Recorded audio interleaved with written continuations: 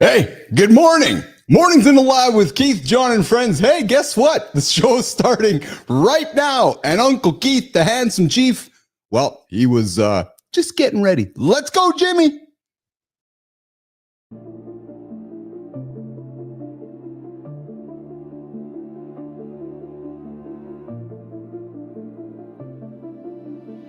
Welcome to Mornings in the Lab, where excuses when something negative comes up. Building muscle improves blood flow. From squirting to squirreling. Start small, build up, and expand from there. Be entertained by fun over here. How have I slept? Has my sleep been good? That's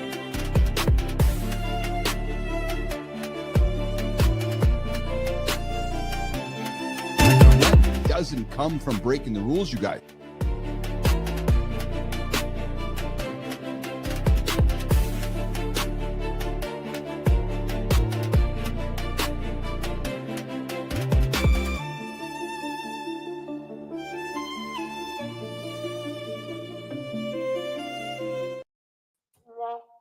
Whoa. Good morning, everybody. Good morning, everybody. Yes, what a shaken nation. Happy Thanksgiving weekend. Hey, so you know those days where you're just kind of feeling, man, and I wasn't feeling, man, I just, something's up, just not really feeling, my sleep score said I was good. I had a good sleep last night. Just feeling a little under the weather today, maybe a little bit, just a smidgen. But it doesn't mean that we don't get up, get after, and get here for Mornings in the Lab with Keith, John, and friends every single day, 8 o'clock live Eastern time, right here on the big show. I am just getting myself organized with a couple things here this morning, you guys. What is going on, everybody? Good morning. We are getting after it here today, live here this morning. Today's going to be fun. We're going to have a little bit of a light show here today. We may not go the full 2 hours here today, guys. We got a lot of moving parts here on the show here today. Johnny's going to stick around for an hour. He's got some traveling happening today. And hey, listen, if you are new here, I invite you to like, subscribe, and comment on the channel. This is a live experience, and we want you part of the conversation nation. Yes. So get up, get after it, and join us live in the comments here. And hey, don't you dare hit that snooze button. That's how you end up being 9 minutes behind the guy who didn't. And yes, as we approach the next month of the year, as we approached 2026, listen, you've been snoozing 9 minutes daily. You are so behind everybody else, I don't even know what to say. Yeah, true story. Hey, we got a handful of fresh conversations we're going to get after today. We're going to jump into X and lean into a few things here. I think there was a little bit of confusion in building the show today. We got topics over here, topics over there, topics we're not talking about. I'm really not too sure what has happened. But hey, that is okay. We're going to figure out on the fly. And yeah, Yeah, so we canceled the morning loop topics weeks ago, Jimmy. So I'm not really sure why that was there on the table today. And So anyways, we are going to get after, guys. You guys can join the show with us live. The comments are open, horizontal stream, vertical stream. And of course, the phone lines are open in the second hour, 431-300-3005. 431-300-3005 will get you into the conversation here today. All right. So listen, let's rock and roll here. Let's get this morning loop started right now. Welcome back to the lab.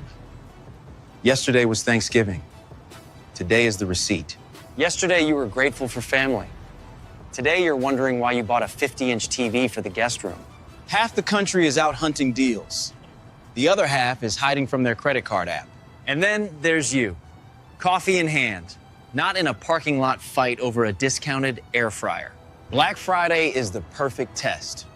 Are you chasing sales or actually showing up for your life today? If you can resist one more flash sale, you can probably resist half the distractions messing with your goals. Settle in. We'll talk discipline, decisions, and how not to wake up Monday with shopper's regret.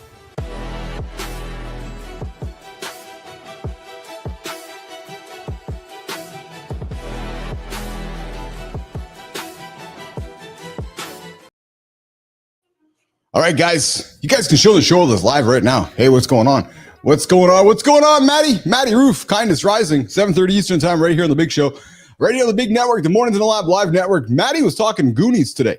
Yes, he was talking Goonies today, which I'm looking forward to. Look, if you guys missed that one, I would encourage you to go back and listen to that.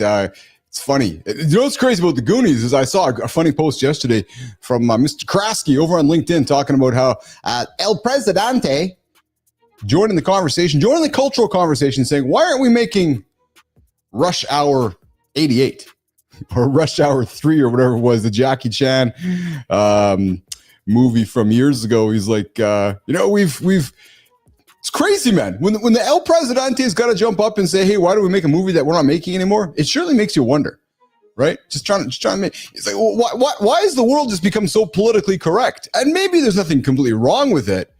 But it's like, oh, we can't do this, we can't do that, we can't offend this, we can't offend that. Well, listen, if you hang out on our show, we offend everyone every morning.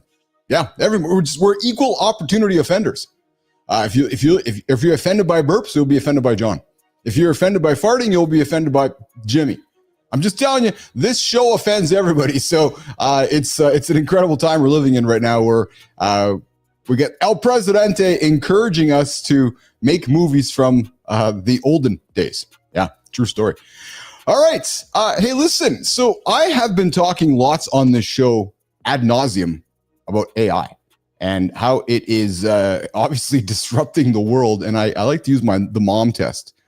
When mom can make images that look like they are real, we know the world is in a problem. Yep, true story. So here's what happened.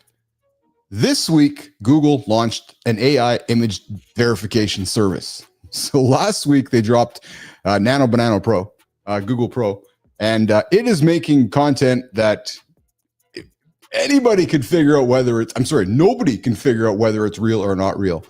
So along the way, they decided to offer up a service which allows you to determine whether it is fake or not. So here to create the fake content, here to identify whether it is fake or not. So simply as this, you guys see an image that you wonder whether it's fake or not. Jimmy, let's bring the big dog in. Whether you wonder it's fake or not, just run it through Google Nano Banana and it'll tell you whether it's fake. So I pride myself on giving you guys to think about, to take away, to learn something. And there's your learning this morning. If you're looking for fakery, just pop it into Google's Gemini and it'll tell you if it's a fake photo. What's going on, Johnny? Good morning, brother. How you doing? Oh, I'm not 10 out of 10. No, I'm not. I'm feeling a little bit off today. I can't describe it, but just feeling a little bit off. You ever go through that sometimes? Sometimes I always remind myself, not every day is going to be the best day, but it doesn't matter. It's another day we show up.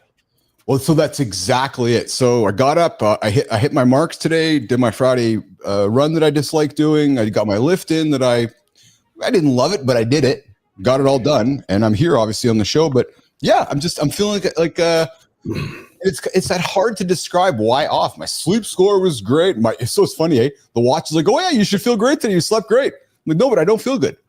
This is crazy because the watch is like predicting the opposite of what you feel. Yeah, it's literally. It's exactly it.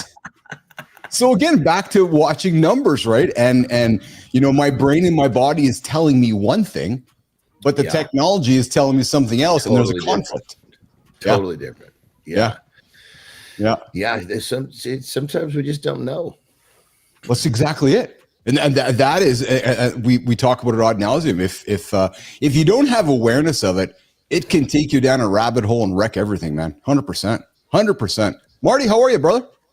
I'm great, man. Got some great food yesterday. I was looking close. I already told Johnny I'm going to eat, so I ate.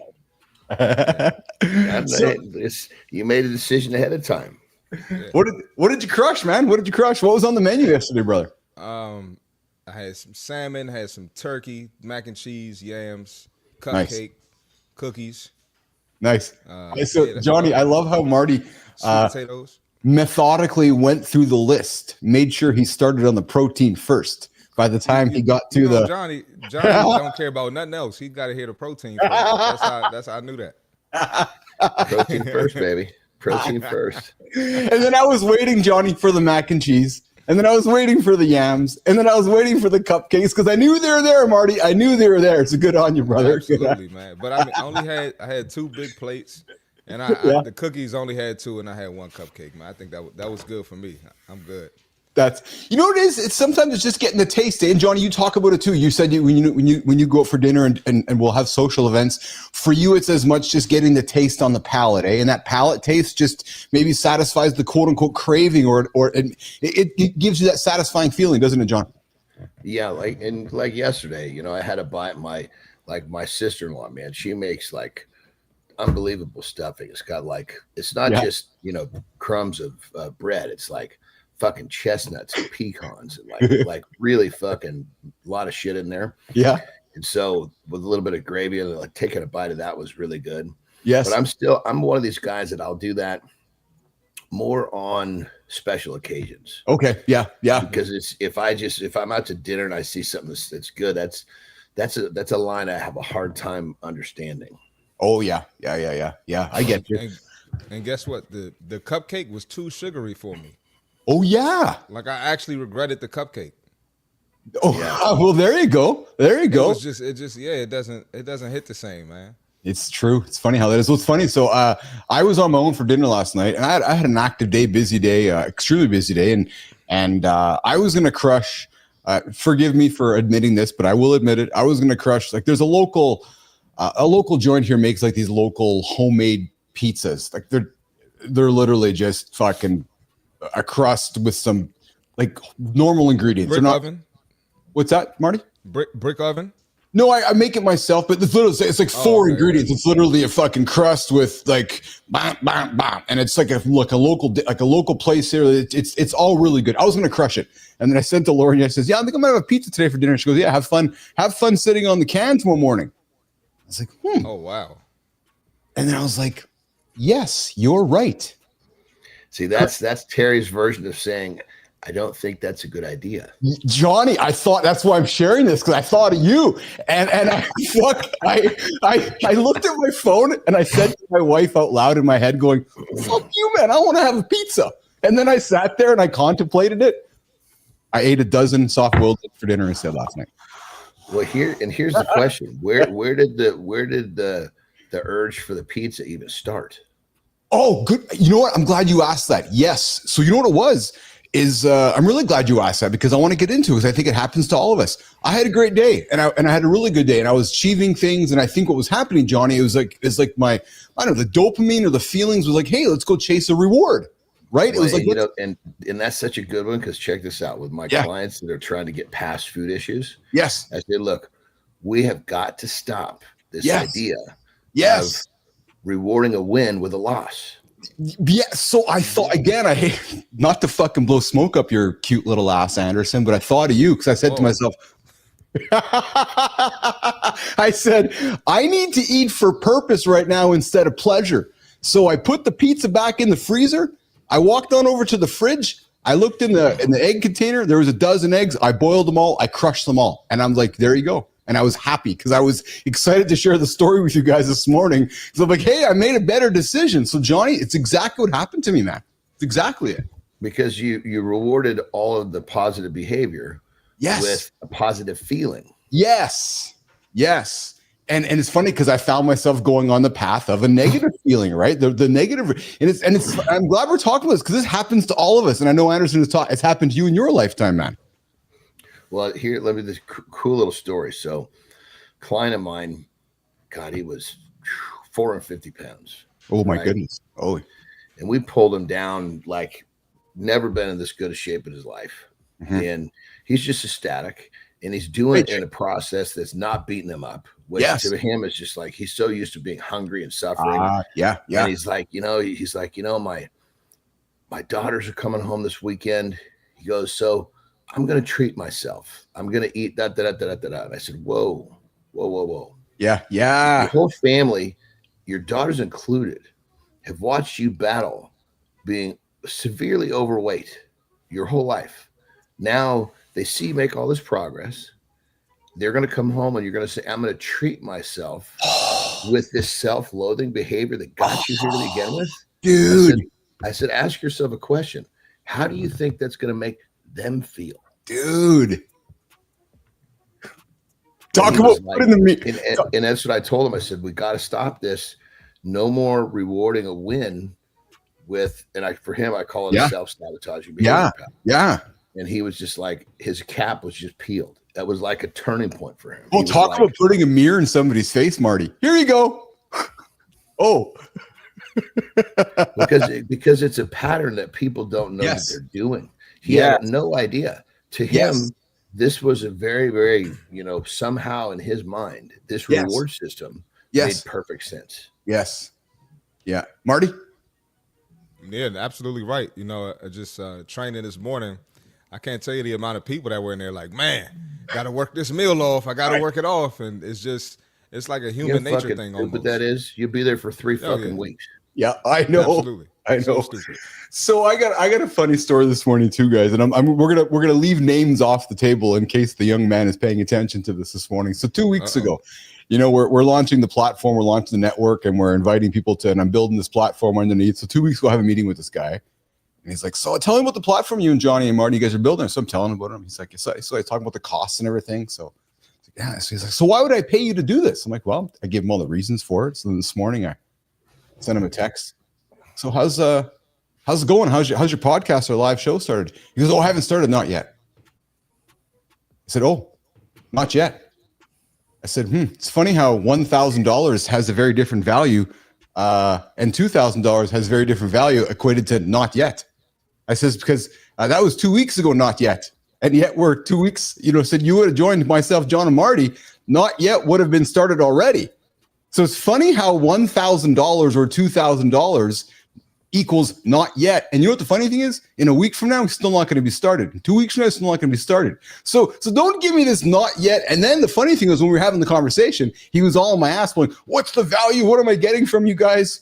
Oh yeah, I got 10 shows under my belt since you came and met with me. So not yet. I'll see you tomorrow. Like this. Yeah, no, it's true, man. I see it all the time. People that are supposed to start training with me, they don't train, and I run into them months later, not weeks later, months later, and they're bigger. I can see it in their face. It's the same thing, man. And sometimes you got to pay that money just to get started. Because if you leave it up to your own devices, you're not going to do it. Well, I thought of Johnny. You don't know what to do. Yes.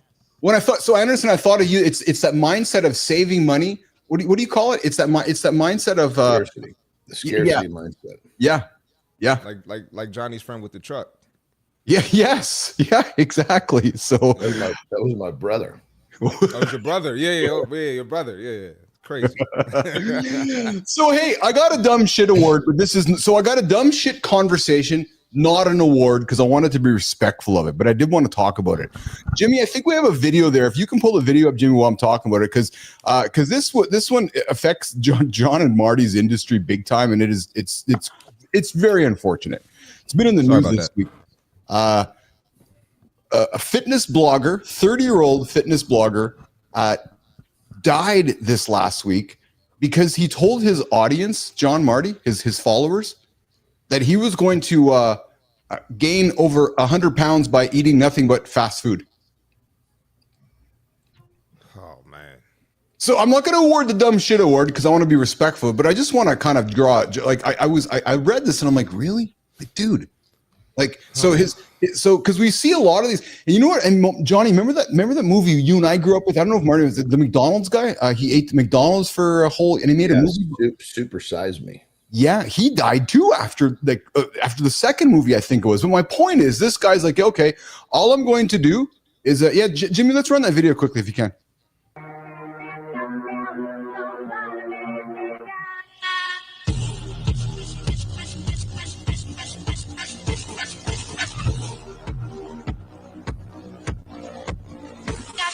Yeah, there you go, Jimmy. Just kill it. So what he said was he wanted to show his followers that he was like them. So he's like, okay, I'm going to be like you guys. I'm going to put on I'm going to eat like you, act like you, so that I can lose weight to coach you. So he did, Marty. He just went to McDonald's and ended up with crap food and ended up dying. So one of those situations, Marty. I just want to throw on the table, man. A lot of people. One, the shenanigans people do for engagement and for views and likes. Yeah, I was going to say he could have chosen to do something that was positive to get people's attention. 100%. And then a lot of people, unlike me and Johnny, they fall into that social pressure. Like, you can't be a fitness coach. You were never fat. You don't know what we go through, you know? Well, I guess Johnny went through it. I've never gone through it. And so people try to invalidate my coaching and my knowledge because I've never been overweight. But what they don't understand is I had to put in work for years to be where I'm at after being an athlete. Like, athletes can get overweight too. Look at Charles. I never thought of that. I never thought of how. I mean, I still had to develop a mindset and put a certain amount of work in to stay fit at this level. So you can't fall into that social pressure. Mark? Here's your response to that, brother. Your response is, I didn't need to have a fat past to understand how to create a lifestyle not to be that way. I have that lifestyle, and I teach that lifestyle to you. Yep. That makes sense. Absolutely. It's granted, if somebody understands what it's like to be fat, I get it. There's an element there. Like, I have an element that, like, when I was talking to this client of mine, that was the thing. I had to get past that whole stop rewarding myself with a negative behavior pattern like that. Yeah. But take that away, I know how to put together a life in a way that's going to lead to health, happiness, and abundance. Absolutely. I gotta be honest, Marty, I never considered that people would be on your ass because, well, you were never fat, so how can you coach me? I didn't even cross my mind. But those fucking people are not going to fucking pull the trigger anyway. No, 100%. 100%. Yeah. Yes. They're the ones that they're just, no matter what, listen, there's going to be a reason no matter what for these people. You're right. They're going to find something. That's just the reason of the day. It's funny. John Petrocelli puts a comment down here with a legitimate one. Get this. See, Marty Fit is on. You wouldn't hire a financial advisor who went bankrupt, would you? Well, but wait a minute. If you might though. How many fucking overly wealthy people have gone fucking bankrupt and come back way better? Yeah. David Meltzer was one of them. You learn the fucking mistakes that person made. That's value. Yeah. Yeah. So there's something to be said for that. Meltzer was one of them. Meltzer lost everything. Remember the Jerry Maguire thing? He lost everything. And he used his story is what brought him to where he is today. So there is value in that. 100%. Yeah. You don't fucking hire the guy that went broke and couldn't recreate it. That's the guy you don't hire. Right. There you go. Yes. There you go. Yes. Yeah. I mean, look at so many people have gone, down to the bottom and back up multiple times. Yes. Yeah. It's in most cases, it's because they're fucking taking a risk. That's right. 100%. 100%. And I mean, Jesus Christ, that's, the financial struggles that I've had is because I wasn't fucking playing I was playing to win. Yes. Yeah. So this show is another good reminder for me as a human. about what I went through last night before bed for dinner time, and then this morning our conversation. Because Johnny, my goal is to get better at rewarding myself with non-self-sabotaging behavior. Because there's still times in my life that I make just dumb shit decisions. Brother, right? Is deep rooted in fat fuckers like us. Yes, yeah. So and you know what I'm going to say next? Because this morning, other than I'm feeling a little bit off, I'm so happy that I'm not sitting down with a cheese gut, because I know you love your cheese like I do, and I'm like, yes, because I didn't make the fucking decision last night. You know, just think how bad you would have felt if you did that. Yeah, I know. Yeah. I know. That's your silver lining for the day. Yes, thank you. That's a good reminder. Yeah, absolutely. What were you gonna say, Marty? No, I was just agreeing with you. I didn't say Yeah. So here's something else, guys, I put on the table just to have some fun this morning. We're going to keep it light here on a Friday, the Thanksgiving weekend. Before I go to this one, just to quickly, did you guys see the halftime show in Detroit? Jack White and Eminem. Holy fuck, man. Pretty cool, dude. That's just pretty cool shit. It was. I saw Post Malone. Oh, yeah. Yeah. That's pretty cool, too. Yeah, that's pretty cool. I fucking fell asleep. I was sleeping like dead during that show. Yeah.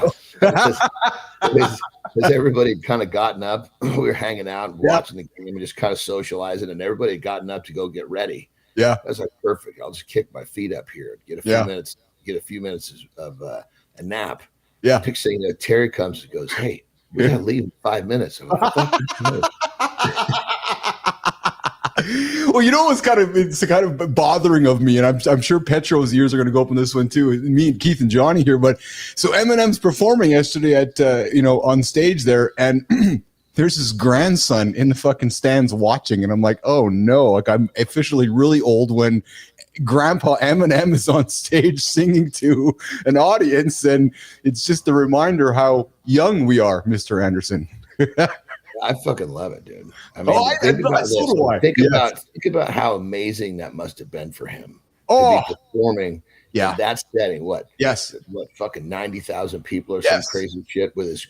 And as far as he was concerned, the place could have been empty except for his grandboy. Exactly. Yeah, there was a really wicked picture up there in the stadium with his daughter and his grandson, and she's mouthing grandpa.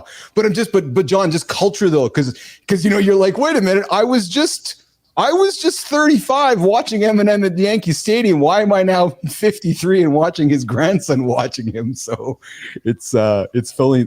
Good morning, Season Strength. Good to have you on the show here this morning. Yeah. Time fucking flies, dude. Oh, don't even get me on that one. All right. So Johnny, this conversation is specifically aimed at our brother over here in the chat, Marty. I got to see if he knows anything about this. So Marty, apparently, real quick, I just want to piggy off of Johnny's comment.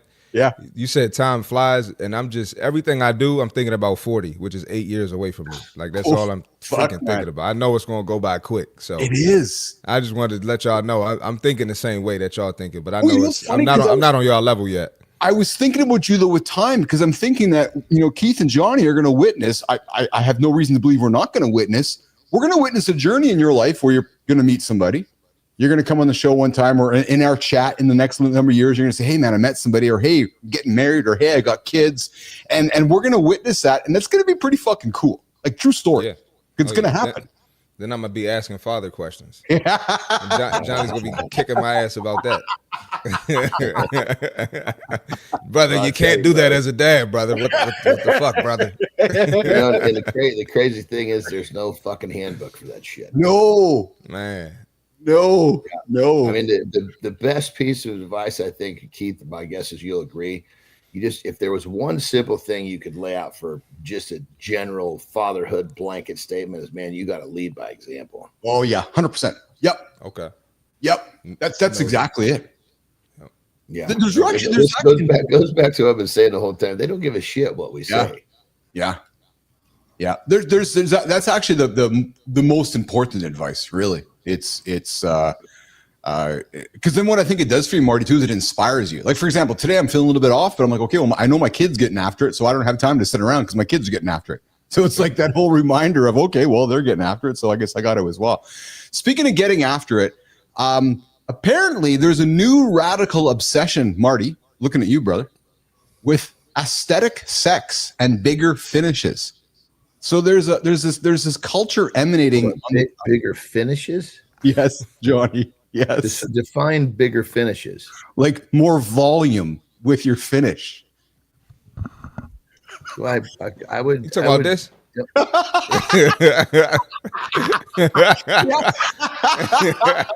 I'm halfway through already. It ain't even 9 o'clock yet. It's called nut maxing. Men who are trying to chase more, Johnny, aesthetic sex by trying to increase the volume and look of their ejaculate, often guided by what they're seeing on porn videos. So that's crazy. There are a bunch of communities jumping up on Reddit and all over the planet, which are encouraging and, John, teaching young men how to eat certain things so that they can increase their load. Dude, yeah, I can be totally honest and say this. Yeah. The size of my load was never, ever an important thing to me. Me neither. That's why when I found this, I'm like, what the hell? What was important to me was that my fucking partner was going, holy Christ, what just hit me? Well, Johnny, that's why I purposely pointed at our younger brother here, Marty, going, what the hell's wrong with you 30 and 40-year-olds or 20-year-olds? Because why are you so concerned about the volume of the load, Marty? Yeah, I haven't heard of this. But what I do know is I've been told it's a lot. It's more than they've seen before. So I must be doing something right. I must be maxing out here. I must be maxing. I guess so. Yeah, but Johnny, so because I know you are our human experiment on the show. There's these communities that are saying eat this, do this supplement, and then and this different science are rolling into it. And there's no scientific evidence, but guys are trying, practicing, and taking videos and taking pictures and doing comparison shots within these communities. So I'm like, what the? Well, you so can say one thing you know for sure. Yes. You go a few days. Yeah, that thing's gonna build up. Yeah. Yes. Oh, for real. Yeah. Jesus Christ. How about if you just fucking eat right, take care of yourself because it's gonna make you a better human, guess what? Everything improves. Yes. Including your fucking load. Yeah. And if you're really trying to impress someone, stop fucking jerking off until the day of. Until the day of. This just seems like a distraction in men's lives, man. Like guys just totally. I was gonna say this almost fits into like to the fitness app scenario. Yeah, it's just another distraction. I was like, what is this aesthetic sex with bigger finishes? I was rolling my eyes, but it was perfect for morning show conversation. Hey, so Johnny, there's been news this week in the media, about our beloved wrestling friends, and I'm not putting you on the spot with anything, but just kind of throwing out innuendo that I heard. Maybe Marty, you heard the same thing, but apparently there's some. So first of all, Bret Hart said it, and then Marty Jannetty said it this week that McMahon and Bret Michaels were lovers. I mean, whenever you have people that are at the top of anything, yes, there's going to be the fucking disgruntled motherfuckers. Maybe who knows what I mean, you can't. Nobody knows for sure except for those two. Yeah. But if I had to fucking bet, I would not bet on that. Yeah.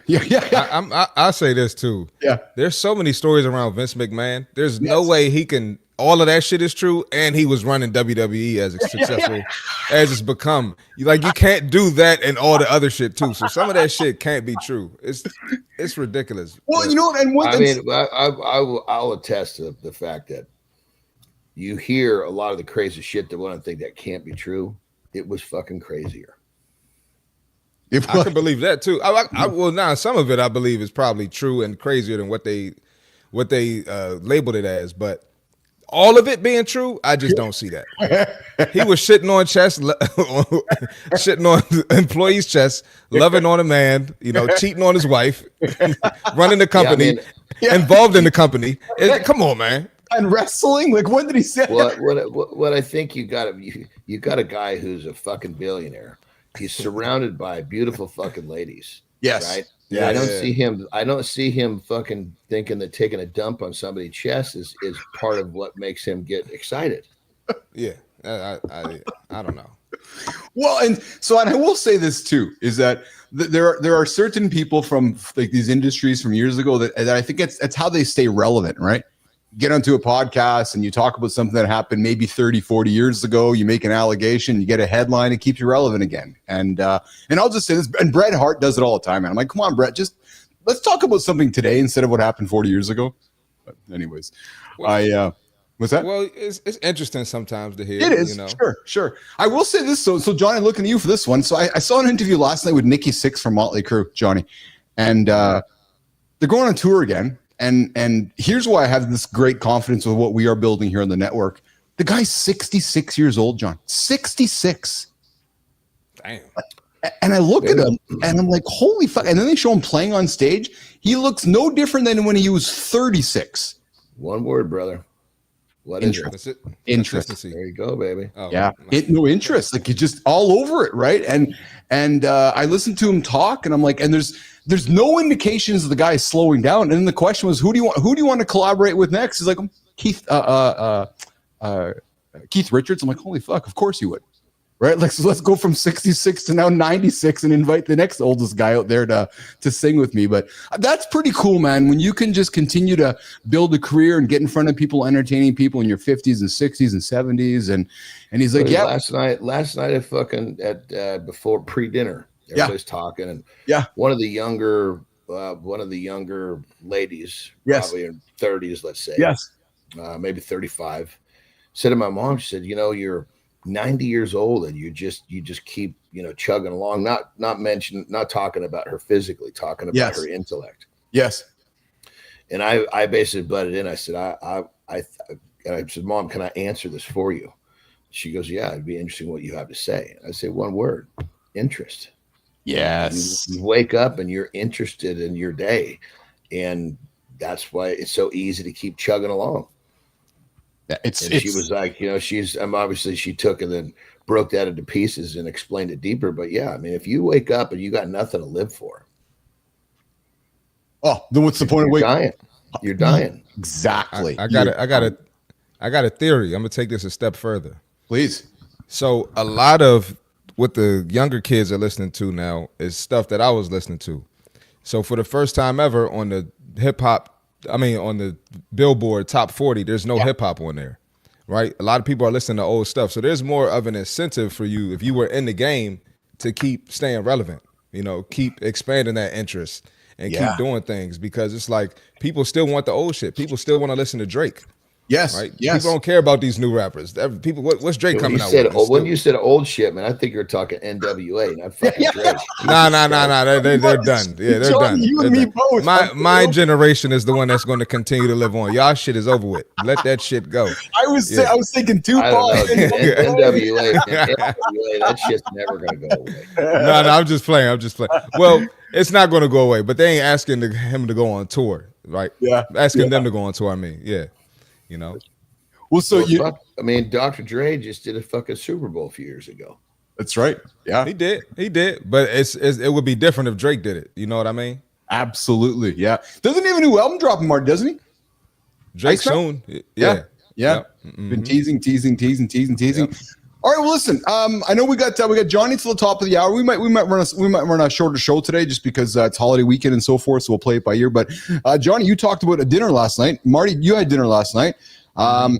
You guys want to take a quick little step away for 45? We've got a little intro here because I want to have a conversation around is holiday stress ruining marriages and how to lead families through December, because we know there's conversations coming around the dinner table that people don't want to have. They want to have, and it's stressful for folks. And I'll tell you, over my life, the December months have been stressful. Christmas, it tends to somewhat stress me out. So I got to work my brain through it. So Sophia, let's do the intro. We'll come back and we'll have a conversation with myself, John, and Marty on the holiday season with marriage and are people stressing. And Marty, when you go to the gym during this time of the year, are your clients coming to you saying, "Oh man, I think my husband's driving me nuts," or "I'm thinking about divorce," or let's get into that conversation when we come back from the opener here. So Sophia, let's run the opener and we'll get into it. December reveals what couples avoided all year.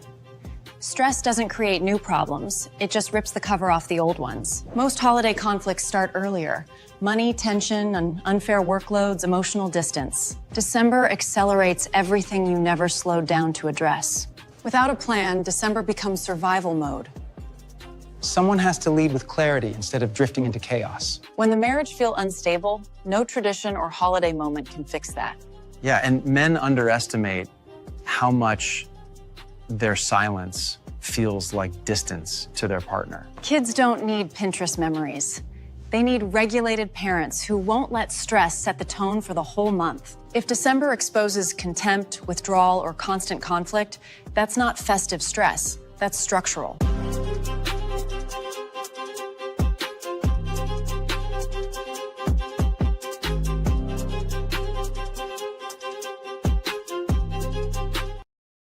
So, Johnny, December is one of the highest months where divorce rates and lawyers start getting calls from husbands and wives saying that there's some troubles.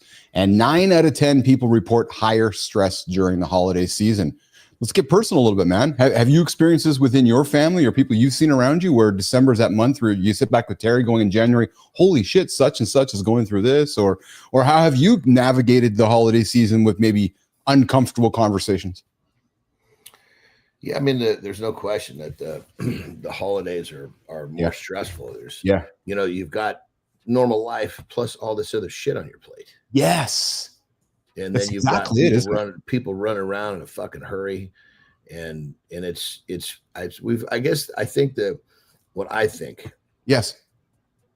think we've lost sight on what these holidays truly represent.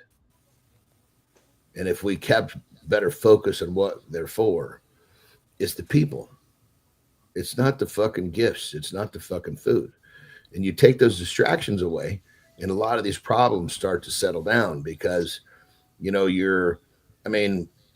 so many times all the issues that are coming up have to do with the relationship maybe not getting the attention it needs, or there's just the list goes on. Financial struggle because everybody's fucking spending what they don't have on Christmas gifts and shit like this. Is it really about the presents? Is it really about the food? No, it's about fucking enjoying the time of the people you love on these different events. Yeah, I could not agree more with you. And this is, I think, why I struggle sometimes with December, because it's like everybody's racing in so many different directions and not to what matters, which is what I believe the holidays were about, which is spending time together. It's got to get to Costco, got to get to Black Friday, I got to get this, and then we all rush to January. And okay, it's over with. Well, then why the fuck are we running for a month? Let's just slow down. Marty, what about you, man? I got to think it's gone through your world too, brother. Yeah, I'd say that financial part, spending what you don't have, is big. Yes, just trying to impress everyone and keep everyone happy. Impress everyone and keep everyone happy. Exactly it right there. It's exactly it. I got to put on a nice Christmas for my family, so I'm going to go spend how much money I don't have, and then I'll cross that bridge in January. Yeah, and I think a lot of families focus on dumb shit too. I love my family, but specifically when they start arguing about politics, I just I'll go in the room with the little kids. I get away from that, or just, Chris, when are you going to have kids? When are you going to get married? Yes. It's a lot of dumb shit that stress people out. It won't stress me out, but I think that might add to it. I think what's also happened is that because it's so easy for us to compare ourselves to everyone else just by opening up our phone, is that there's a certain percentage of people, regardless of how we talk or how we coach them, not to open up the phone and you start comparing yourself. Oh my God, they're doing that kind of Christmas or this Christmas. So you open up Instagram, Marty, and all of a sudden you're like, wow, that family has this Christmas. I got to rush down to Costco and open up my Visa and buy all this. You know what I mean? It's this constant keeping up with what you don't have. And I'm with Johnny, man. I've been watching this for a long time, heading this direction. And I'm just, I don't want to say I dislike the month of December, but it's certainly not one of my top ones because of what it's become. It's become more than what I believe it should be. We've lost the magic. That's what it is, John. We've lost the magic of what I grew up with, what Christmas was. Well, it's because, is the magic in fucking Toys R Us, or is the magic in your relationships? Precisely. Because we're fucking focused. Of course we lost the fucking magic. We've got our backs turned to it. Yes. I agree. Everybody's in fucking line. I think isn't today the day where everybody's out there fucking fighting like hell for cheap shit? Haven't they been fighting for the last few weeks? It's been Black Friday month for a whole month, I think, or something. But it works. Yeah, that's exactly it. So I get all the time. Hey, do you have sales coming up? You know, you got a Black Friday sale? I say, look, do Ferraris ever go on sale? so let's wrap, because we're clearly all on a similar page of this one. Marty, you offered up a nugget. Somebody listening right now, create some awareness. Marty, when people are going sideways at your dinner table, you just leave the room, don't you? You're like, I'm done, I'm leaving. Yeah, I just tune out, or like I said, go body slam the kids or some shit. Yeah. And then Johnny, you'll call family out if it's not going in the right direction, or actually, I'm thinking you'll just shut up and not say nothing, and you'll just keep it to yourself. Dude, but my family operates at a level. If you do that shit, you won't be back next year. Yeah. That's a good option too. I like that. We've got a filtering system put into play. You get it once. Yes. Yeah. I love that, because it's protecting the time. Yes. Yeah. Well, that's exactly it. That's exactly it. All right. So hey, I got one more on the table for us. And Johnny, this one's looking at you, pal. We're going to get into a conversation around peptides, because this has come up here recently in the last few weeks, especially around this freaking holiday season, and everybody eating food and people wanting to lose weight. Sterling, Preston, apparently Ozempic is getting cheaper, but is the discipline getting weaker? Preston, Sterling, cheaper GLP-1s don't answer the real question. They just expose whether you were blaming hunger or avoiding discipline. These drugs quiet cravings, they don't build character. Hunger gets softer, but choosing movement, sleep, and routine still lands on you. Most guys won't admit it, but part of the fear is wondering if improvement counts when biology finally stops fighting you. The drug won't carry your steps, your bedtime, or your stress load. And it can't replace the identity you build rep by rep. If hunger's finally quieter, excuses get louder.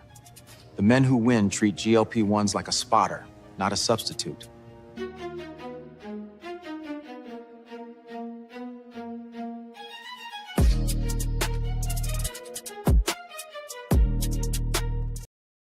So I want to educate you guys.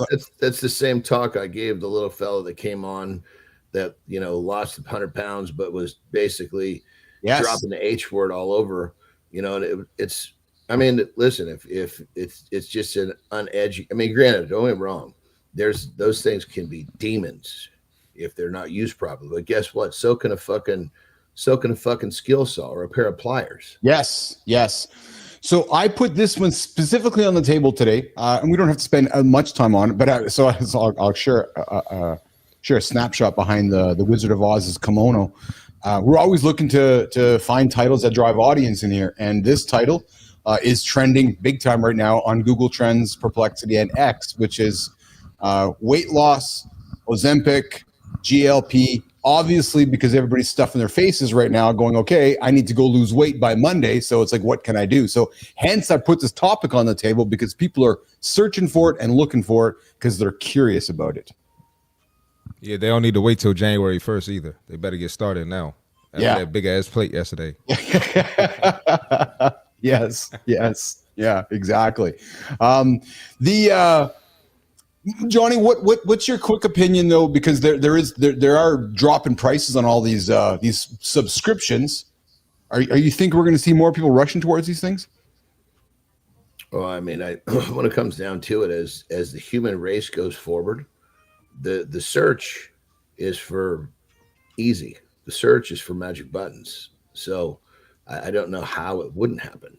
Yeah. And the thing with the GLPs is, if people are there, they call it GLP-1, GLP-2, GLP-3. Yes. Right.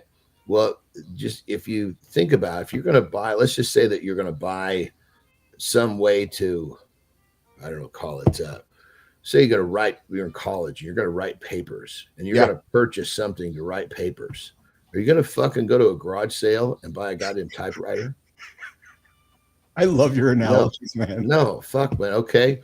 Maybe you're still probably not going to go to a fucking thrift store and get a fucking computer from 1980. You're going to get something that's more up to the times. And I think that's part of the GLP thing, is that there's three generations. People need to understand that as the generations come and they get more advanced, that you can actually use these tools in a much more effective fashion for your health. Yes. How do you have conversations with folks that, and I guess either one of you, that think that they can take the GLP and it's going to solve everything, or is there still a recognition that I got to go for a walk? I still need to do my resistance training. I still need to eat good. No, they're just like, I mean, these are the same fucking people that are smoking to kill their appetite, right? That are taking fucking fat burn. They're looking for suppressants. They're looking for, how do I turn off this turn in my stomach? All they do is turn that off. That's what generally speaking, that's what the Ozempic people are trying to accomplish. Yeah, that's why I told you the other day, the video I reacted to when the girl was like, I ain't going to the damn gym. I'm getting Tretitutide or whatever the peptide is. I think you had mentioned she was on Tirzepatide, generation 2. Tirzepatide. Yeah, that's but what it doesn't matter which generation she's picking. The idea, that's not the idea behind it. The idea is that you use this as a tool to make your life better, not as a tool to delay the dumb shit that you're doing. Yep. I love how you frame it, man. I really do. I like how you frame it as a tool. I like how you frame it that it's, and I've really enjoyed learning about this idea of food noise, right? Regardless if it's the Ozempic stuff or the peptide stuff we talk about, because that I had it yesterday. Food noise, go eat a pizza. Food noise, go eat a pizza. And I had to talk, you know what I mean? So I can relate to when you talk about food noise, man. I'm really curious, and I should do some research on this. If there's any science around, I wonder if Petro's listening to this. I wonder if, we've got somebody phoning us right now. I wonder what that is. Let's have a quick little peek here. Hey, good morning. This is Mornings in the Lab with Keith, John, and friends. Who's calling us right now? Hello. Who's this? Hello. Who's this? Hey, this is Mike Sullivan. Hey, gang, how are you? I wanted to just say hello because on a personal level, what more could be a good testimony of a raw show than someone calling all of a sudden on the spur of a moment on a Friday, right after Thanksgiving, and express gratitude to all three of you guys, John Andersen, Keith Bilous, Christopher Martin. You guys really helped me, and I just want to express a sincere thank you. And what happened was, when I first started the show, watching it in June of 2024, I had a couple of eye issues. I'm like, fuck, how could, what's worse than eye problems? Possible blindness, glaucoma, cornea. Then I saw one of your guests, Rich Ingram, and over the years, I had to go to the specialist. So I started to watch the Ken Burns documentary and Muhammad Ali, and just the theory of how things could be worse, relativity, health relativity. Other people have it worse. Then you had some guy named Kenneth Lowe, and the nice young lady that was here earlier in the week. So any health issue, the power of this show is that people can put things in perspective and focus on what good they have. A lot of people in December, they get an unexpected diagnosis. So this show can motivate them. And I know you guys are busy, but I just wanted to tell you on a personal level while you guys are on stage, so to speak, thank you so much. So that's about it. Thank you. Keep doing what you're doing. Hold on, Sully. That's very kind of you, man. So hold on, Sullivan. So kind of you, man. You discovered our show a while back. You show up here daily. You get up in the middle of the Pacific time to come hang out with myself, John, and Marty. Exactly. I'm not. Sorry. And I just want to express gratitude on behalf of the three of us too for you, because the show doesn't work if people don't tune in. So appreciate you, man. And it wasn't just a magic bullet, because I downloaded a pedometer. So these little things, built on themselves. But one of the main things was getting up in the morning, watching the show, and putting things in perspective, learning about health, learning about business. And the business athlete mindset is a great program, a great concept. So is the smash the snooze button, because I used to always oversleep. So what that does is that you have to succeed on your health in order for it to overflow into business. And imagine all the possibilities of business by doing a daily discipline of getting in good health. And that's about it, my friend. I know you must be busy, so I'll just go. I have to do something else, but that's awesome, Mike. Awesome weekend. I appreciate you, Mike. I appreciate it. All right. Take care, Mike. I appreciate you. Bye. Sullivan said it well, because, we one thing I appreciate he said is that there are folks that are worse than the three of us. Right. And sometimes you just need that reminder, right? Like you just need that kind of gratitude reminder that we've had people on this show that have been in worse situations than us. And, I sometimes it's easy to lose. Chris, I see you nodding. It's easy to lose sight of that, isn't it, Mark? Isn't it, Marty? Yeah, it definitely is, man. And you never know what someone's going through, right? No. So I think it's for us to share our stories and be able to let people relate to us. Yes. Give them some motivation, drop some gems, teach them. I think it's amazing, man. So I'm glad Mike was able to share that with us. Absolutely. Yeah, I'm appreciative of that. Johnny, I know you got a rock and roll here, press. I want to get you on the road here. What's your plans here? You guys are jumping in the vehicle, and Terry's getting behind the wheel. And where are you off to? You heading home today? We're actually going. We've got another stop for Thanksgiving, so we're going to her brother's house. Oh, fun. Oh, yes. Okay. Cool. Yeah. And then from there we're going home. And then I'm fucking done traveling until after the holidays. Yes. Yeah, sit down, man. You're doing too much, man. No shit, dude. No shit. I mean, I'm not bitching. It's fun being out here and doing it, but at the same time, I'm definitely envisioning the next holiday, sleeping in my own bed, and just that, just enjoying that home space. What's funny, Johnny, before I let you go, is that we talked with this 8 days ago. And I said to you, Kay, in 8 days from now, how are you going to be feeling? Because sometimes I struggle with being away so long. And you're like, yes, by the time next Friday comes, which is today, you're like, I'm going to be ready towards getting towards my own bed. So it's funny to hear you say that because we predicted it a week ago, right? Mm-hmm. Oh, yeah, baby. A week ago. Yeah. Okay, you get out of here. You go enjoy. You guys travel safe. Enjoy your travels. Enjoy your time with your brother, and we'll connect with you in 48, 62 hours, whatever the hell it is. Have a good loop, my brothers. Right, Johnny, I love you, man. Be safe, okay? All right, take care. All right, Johnny's out of here. Marty, what about you, pal? You rock and rolling here? You got to get out of here soon too, or what's what do you up to? I got another 10, 15. Cool. Yeah, you and me both. We'll do another 10, 15 minutes here, and then we'll rock and roll out of here and make a little bit of a shorter show here today. What do you got? What's on your agenda today? I'm back to work, man. So I'm training. I got a couple client calls for the social media business. We getting nice. Still working on that. Nice. And just spending some more time with family. So pretty packed day today. Yeah. Mom has you working with mom has really I got to think it's certainly driven a spike in your business, hasn't it? Oh yeah, for sure. Yeah, because a lot of women, it's relatable, men and women. But yeah, a lot of women just think they got to throw in the towel. You'd be shocked. They won't even try.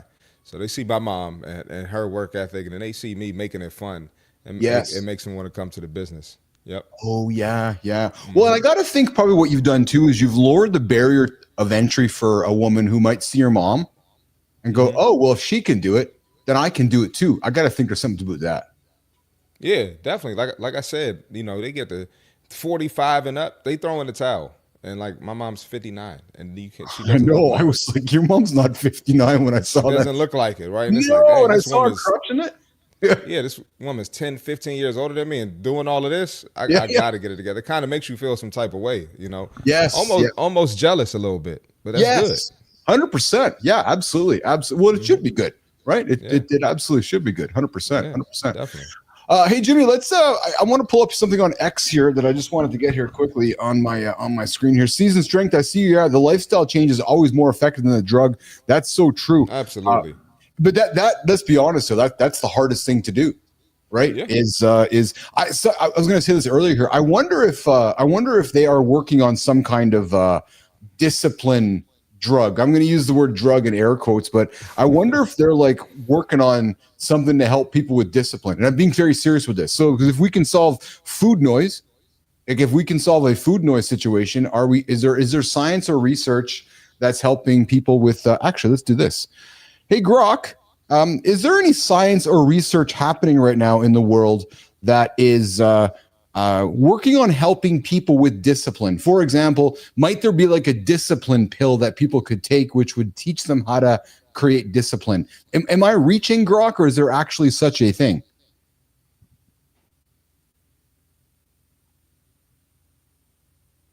Nah, you're not totally reaching, man. But it's not quite a discipline pill like popping a vitamin to suddenly crush your to-do list.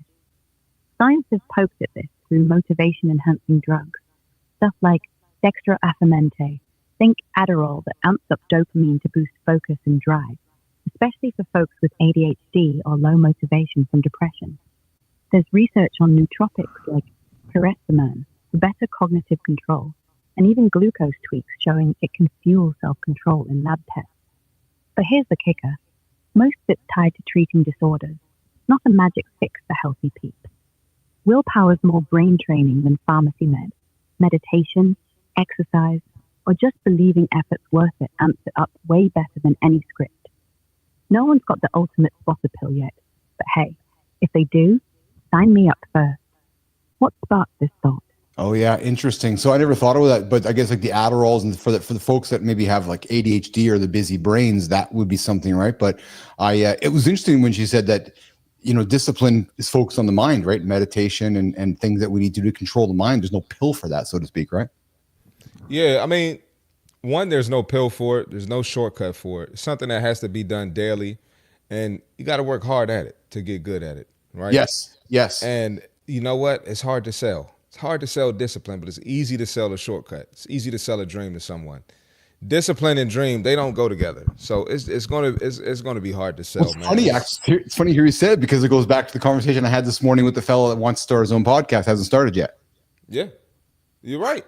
This exact same thing. It's 2 weeks. Have you started yet? Not yet. Okay. Not when yet. are you going to start? Monday. Okay. I'll ask you Tuesday if you still. No, I haven't started yet. Because I asked him, I said, why haven't you started yet? Well, because I got some things I got to do with the person I'm working with. He says, what's your advice? I said, start now. That's exactly what I said. Start now. You know what? Him investing and you helping him. Yeah. That's the discipline pill right there. Yes. That's the discipline pill. Yes. You know, but that's how it goes, man. And another discipline pill. I'm going to call everything the discipline pill from now on. How about that? Yeah, that's another discipline pill is, and this is no shade, man. And I know Johnny got on me about this before, but he's not here right now, so I'm going to fucking say it. Tell me. Fuck Johnny. No, I'm fine. No. Yeah, fuck Johnny. It's the Keith and Chris show. Fuck Johnny. The Keith and Chris show. Yeah, get him out of here. Yeah. No, but I watch other content creators, and I swear, Keith, they're not better than me. No. I don't think they're better than me, but they've been doing it longer, right? They dedicated themselves, and they started probably when I was scared to start, so they're further along than me. Yes. To me, that's a discipline pill. Yeah, right. Well said. It's funny how confidence. I want to rephrase this. It's funny how confidence works. Let me explain this. So I met you a couple years ago now, and I have never been confident. I've never been more confident now than I have ever since I met you, right? Yet it's taken me some time to get here by putting the reps in by what we're doing here. Yet somebody could say, yeah, but you did all that yesterday. Yeah, but I don't really care about yesterday. I care about right now. Yeah. Right. So to your point of, you never know what somebody's going through, or you never know what somebody's confidence is back to yourself. You're thinking, well, fuck, I'm a good trainer. Why am I not as good as that? But yet it took some time in your own journey to recognize that, yeah, fuck, I am good at this. You know what I'm trying to say with that? It's funny how it works, eh? Yeah, you're right. You know, and you can be doing a great job. Yeah. But it's weird. It's like if you don't find the balls to tell yourself, I'm the fucking man. I'm supposed to be here. I'm supposed to be doing better. It's like it's never going to happen. No, you know. So you kind of gotta force it out of yourself, or maybe something tragic has to happen to lead you to that mindset. Yes, but that's what's needed. And I think you had. I don't know when. I can't pinpoint when, but I think you had that moment.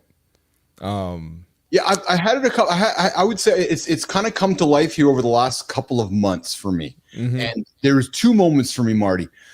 When I would say that there was some affirmation happening on the internets that I kept reading and leaning into that confirmed what I believe, but I just was maybe, I don't know why I was so, I'm not reluctant, but there was still this hesitation, right? And to me, the future of media, and it's not saying the past of media or podcasts and videos and recording stuff is going away, but I have a strong belief in the power of live, and I know you do too, right? And it's taken me some time to really have the confidence, and then especially what we built this platform that I've been showing you. We're gonna roll it out, but it's yeah, it's taken me some time to get to the confident spot I am here today.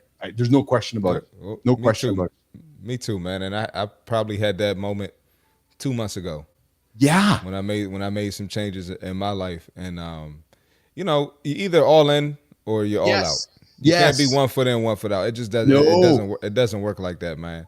And I will say, since I had that moment and I've made some changes, it's been like this, man. Yes. You know what it was for me, Marty? It was, and maybe we were kind of going through and actually maybe we were going through kind of the same time, and we knew it, but even didn't know it. But for me, it was like the looking towards next year. It was a shit or get off the pot moment. Yeah. You know what it was? Yeah, because I'm like, okay, I know what I'm doing. I'm fucking good at this. We've built something. We're good at this. This is what it is. It's either to shit or get off the pot and fucking let's go. That's kind of what it was in my own head. And I remember it's back to the true motherfucking story mantra. I looked in the mirror and I'm like, I'm fucking good at this. True motherfucking story. Let's go. Yeah. Like, that's what it was for me, Marty. I was like, yes, let's go. And it was like a switch went off in my brain. Well, you know what? So you can have, this is what's crazy. You can have support from Lauren, me, Johnny, Piper, Brooke. Yeah. You can have all of our support, right? Yeah. But that support isn't going to match you supporting you. Yes. Yes. Does that make sense? Until your brain says, doesn't fucking matter. It's, you know, it's exact. And I guess, hey, listen, and I'll offer some grace to, you know, the fellow that I was talking with this morning, and I'll offer grace and love. It's the same thing with him, right? There might be a journey, and the clients that you talk to that aren't ready to work today, you're like, well, fuck, man, why aren't you getting started? I'm going to start on Monday. Okay.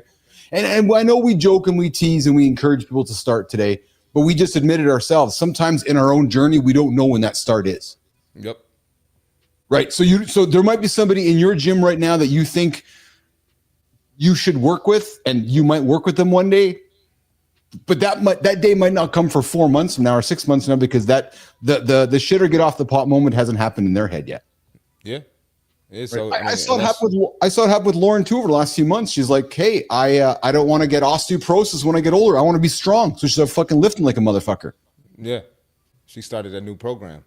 Yeah. But again, she knew all of that for a long time, but it was that moment of, hey, I'm going to shit or get off the pot because I'm going to wake up at 50, 60, 70, 80, and I have missed the window where I wanted to get strong. So we have these moments. Mm-hmm. Right? So, hey, before I let you go, because I know you got to rock and roll, I got something fun, man. I was going to put on the table earlier this morning. I got something fun.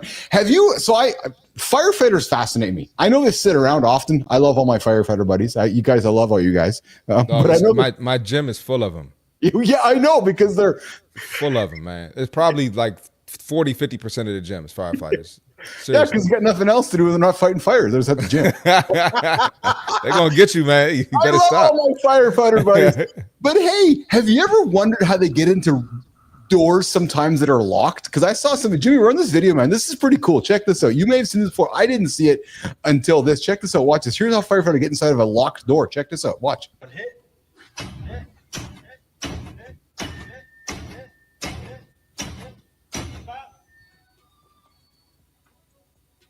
Pulls it out.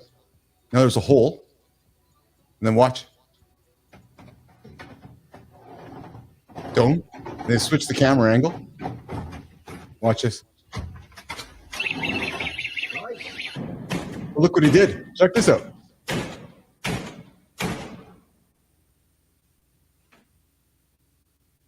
I never would have thought of that, actually. Wow. I think my brother-in-law Danny would do that every single day. But like, look at that. That's what he did. So they put that in there, broke it open. There's the door open. Did you know that, Marty? Smart as hell. No, I never knew that. just kind of neat shit, right? Just hacks. Just little hacks. I thought it was going to be like the SWAT team. They just, boom, knock that shit over. Right. Exactly. Yeah. Exactly. Oh, my baby here. Shout out to Keith for his resilience and work ethic like no other. Immense gratitude and respect for me to you. Oh, I love you, baby. That's so kind of you. I appreciate that. So kind. All right, Marty. I know you got a rock and roll, pal. I'm gonna get you out of here. I'm gonna work towards wrapping up. We're gonna end a little bit earlier here today on a Thanksgiving weekend. You enjoy the day with mom and the family and everybody else, and lots of love from me to you, and look forward to connecting with you over the weekend and into next week. And then I expect by next week, I'm thinking next Friday or even next weekend. I was talking to my developer yesterday, Asatic, And the platform we built, we're going to have more to share next week. So working on it. All right. Yeah, I got to catch up with you too about what we talked about the other day. 100%. Let's do it. Yeah. Cool. Okay, pal. Have a good one, eh? All right, man. You too. Okay, I'll talk to you. Yep. All right, for sure. All right, Marty's out of here, Jimmy. Boom, boom. Let's get the young man out of here. Good morning, everybody. Welcome back to Mornings in the Lab with Keith, John, and friends on a fun Friday, Thanksgiving Friday weekend. Just a little bit different today. Jimmy, we're very much off script, very much off agenda on purpose. A lot of moving needles behind the scenes here. Let me explain. So we have one platform that we've been working on since we started this show, and I'm building a platform which will power the show moving forward. So it's like living out of two houses right now, actually. Not wanting to spend a bunch of time investing in the old house when we're building the new house. So it's a balance. So there's moving pieces here. So I appreciate everybody's patience if the quality of the show is not what we are used to, even though, Jimmy, those that are paying attention are like, huh? Quality of show? Fuck, man. It's a good show. It's different than what we may be putting on the table here on a regular basis. Oh, Petro's here. Awesome. Good. Let's bring the young man up here. I know he's been paying attention. Where is he? He's got his... You feel that shift in the room? Yeah. That's Petrocelli warming up the truth detector. Hey, Perfect. what's up? It's bullshit professor time. Oh, I'm not hearing anything.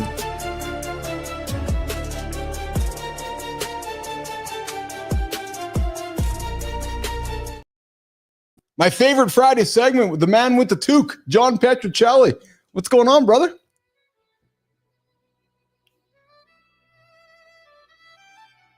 Oh, you're muted. You got yourself muted. Unmute. There you go. There you go. How about now? How are you? Yeah, I'm cold. Yeah, where are you right now? Where are you? Well, we're in Louisville for a Turkey weekend tennis tournament, and I don't have my regular studio going today, but I see that. I appreciate you joining us. Yeah. Talk about the Thanksgiving weekend. When did you and the crew? Did you guys get there yesterday, or did you guys like? What was that? How long is the drive? Tell me. Educate me. Tell me. Oh, it's about a 7-hour drive from Charlotte area. Yeah. We arrived Wednesday night. Okay. And, it's much colder here than it is in Charlotte. Yeah. So how cold is there right now? Give me what is it? 30, 40, 50? Yeah, we're at 30. Yeah. Oh, but so it is cold. To go straight from 50 to 30, it's a big contrast effect. I'm sure in a few days of 30, I'll probably be wearing shorts again. But I love you, man. But all my American friends, you guys, a bunch of my American friends are a bunch of pussies, man. I'm telling you, you guys in your 30s and 40s being all cold, dude. It's going to be, it's actually minus, I think 15 degrees Celsius here right now. So I think we're a little bit colder than you right now. Yeah, I'm sure. Yeah, you can keep that. Yeah. Well, hey, I'm glad I just get to see you in a toque. That's the reward in itself. Yeah, absolutely. But hey, I just wanted to say congrats again on another fantastic week. I said it last week was the best week. I think might be this week. I don't know. You keep bringing it with the great guests, dropping all kinds of. Who was your highlight this week? I'm going to say it was Ian Harrison because, and I love both. I mean, you had Greg Schwemm and Cheryl Whitaker. I mean, they were fantastic. I mean, they had inspirational stories. Yes. Sort of infinite inspirational stories to share. And I don't even think he got into half of it with them. But I think Ian Harrison dropped so many business mindset nuggets. I just thought, wow, this guy, he's well beyond his years too. I can tell, but I just love how he's like, hey, these shoes here. This is my television. This is my, this is what I'm all about. And I mean, he just carries it. He seems to have that business mindset with him 24/7 but also seems to have a life and just a really cool guy. And I thought, wow, this guy is way beyond his years though. And that's why he's successful, I think, at what he does. So it's interesting when you meet certain people that have an old soul about them, eh? Like an old, and I don't mean that in a negative way, but there's a soul about them which it's like they're wise beyond their wisdom. They're wise beyond their years, eh? Yeah, and I think you could see that with Ian. I mean, he was just he also seemed to have so many thoughts just sort of come to mind where you could tell there was like, okay, but there's another second, third, and fourth thought behind that. Yeah. Yes. But you can only say one thing at a time, right? So, yes. Yeah. Who knows? Maybe with AI in the future, maybe we'll be able to have multiple consciousness. I also really enjoyed Cheryl Whitaker's attitude, man. She brought an energy to the show that I gotta say, maybe I was kind of expecting because of my pre-research when I knew she was gonna, just knowing what she had accomplished and done. But I did not expect the type of energy she brought, and I just found myself wanting to walk towards her and learn more and talk more and lean into everything she had to say. And what an inspiration! And then she reveals she's 60. I'm like, what? Who are you?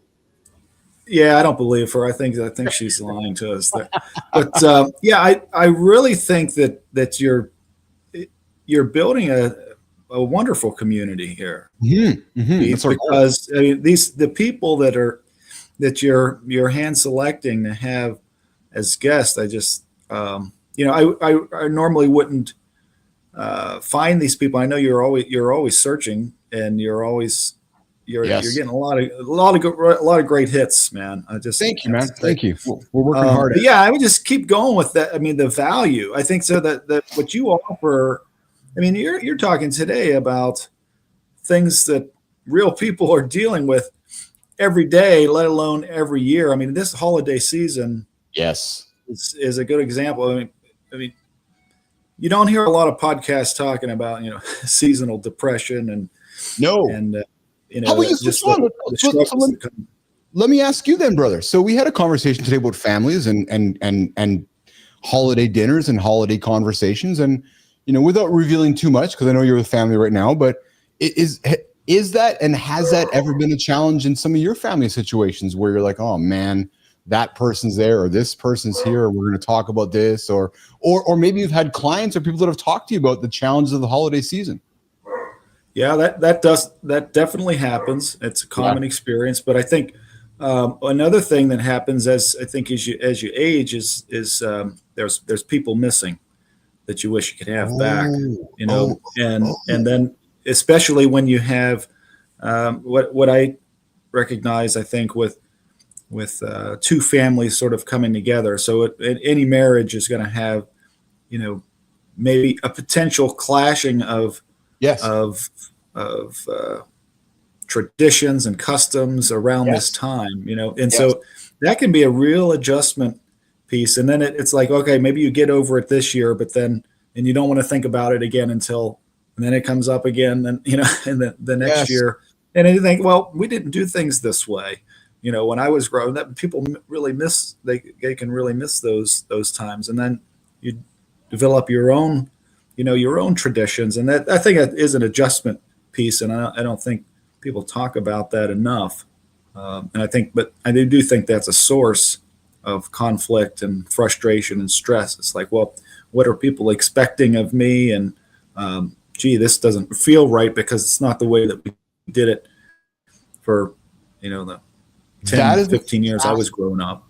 That's a fascinating point of view that we did not touch on, that I think deserves being touching on, which is two things you dropped, which is traditions and those that might not be here anymore. So taking that a step further, somebody that started a tradition that may have passed in the last 12 months, A, we're sad that they're not here.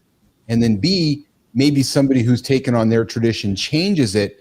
Now there's a double hit happening to the event, right? Because A, you're missing somebody, and then B, to your point, going, well, we didn't do this way for the last 20 years. Why would we do it this way now? And I never thought about that, because that's what I think causes lots of the consternation, right? Because it's happened a certain way and all of a sudden it's different. And around this holiday season, traditions are so meaningful. I never thought about it until you just said that. Yeah, and I think probably the first 3 or 4 years were the most difficult, because it was a real adjustment, and I think that's a common experience, especially if you're having sort of a marriage that's joined with that has a lot of different traditions kind of coming into it. Yes. Even people from the same, I think people from the same town, even times it's like, well, that's not the way we did it. We did it this way, and it's yes. There can still be a lot of conflict, and people are on edge, and then obviously there's just expectations on you. I think at this time of year that aren't there normally. I don't like, and that just gets compounded. If I can jump in with that, that's what I don't enjoy about the holiday seasons is the word that you just used. There's somewhere in society expectations have crept in, and I don't know I don't know why. Do you understand my line of questioning? Because it's like this. Yeah. It's like, okay, well, it's got to be this way or it's got to be that way. Well, says who? Yeah, well, I think I learned probably around, I'm going to say 1985, what social comparison is around this time of year. I think it's the Cabbage Patch doll, I think, was coming out around that time. Yes. And everybody had to have it. I mean, people are fighting to get in the stores early, right? It's like everybody had to have that doll, right? And so that you always have some version of that. And I think that's where I think that even in the implicit social expectations and social comparisons that show up around this time of year more than any other time, So I think parents are trying to please their kids, and the kids have a lot of times expectations from their peers are talking about, whoa, what are we getting for Christmas this year? And it just becomes this big. And then this thing, right? Because we can see what everybody's getting and everybody has and what everybody's doing. And to your point, it becomes a massive comparison fest, doesn't it? Compare, right? Exactly. And it's nearly impossible not to do that. It really takes a lot of mental effort to say, well, I don't probably don't need this. Why do I even want this? Well, it's because Joey next door has it, and and Mary at school has it too. And it's when it comes down to it, it's probably another one of those things that it's going to get 20 minutes of attention, and then will be put in the closet some other day of the week. I'll offer this to you, and I'll just be vulnerable about it because I'm a dad. You're a dad. This is where I often will go through even my own issues in my own head about whether I'm a good dad or what that means. And because then you see other dads doing things for their kids or other dad, to your point, how do you not compare? Right. And I will say there's times I struggle with that because and I wouldn't say not so much anymore as a 53-year-old man, but I would say growing up, or not growing, but it's hard not to your point, recognize sometimes and compare yourself. As much as comparison's a killer, it happens. And as a dad, I still do it. And it's a work in progress for me.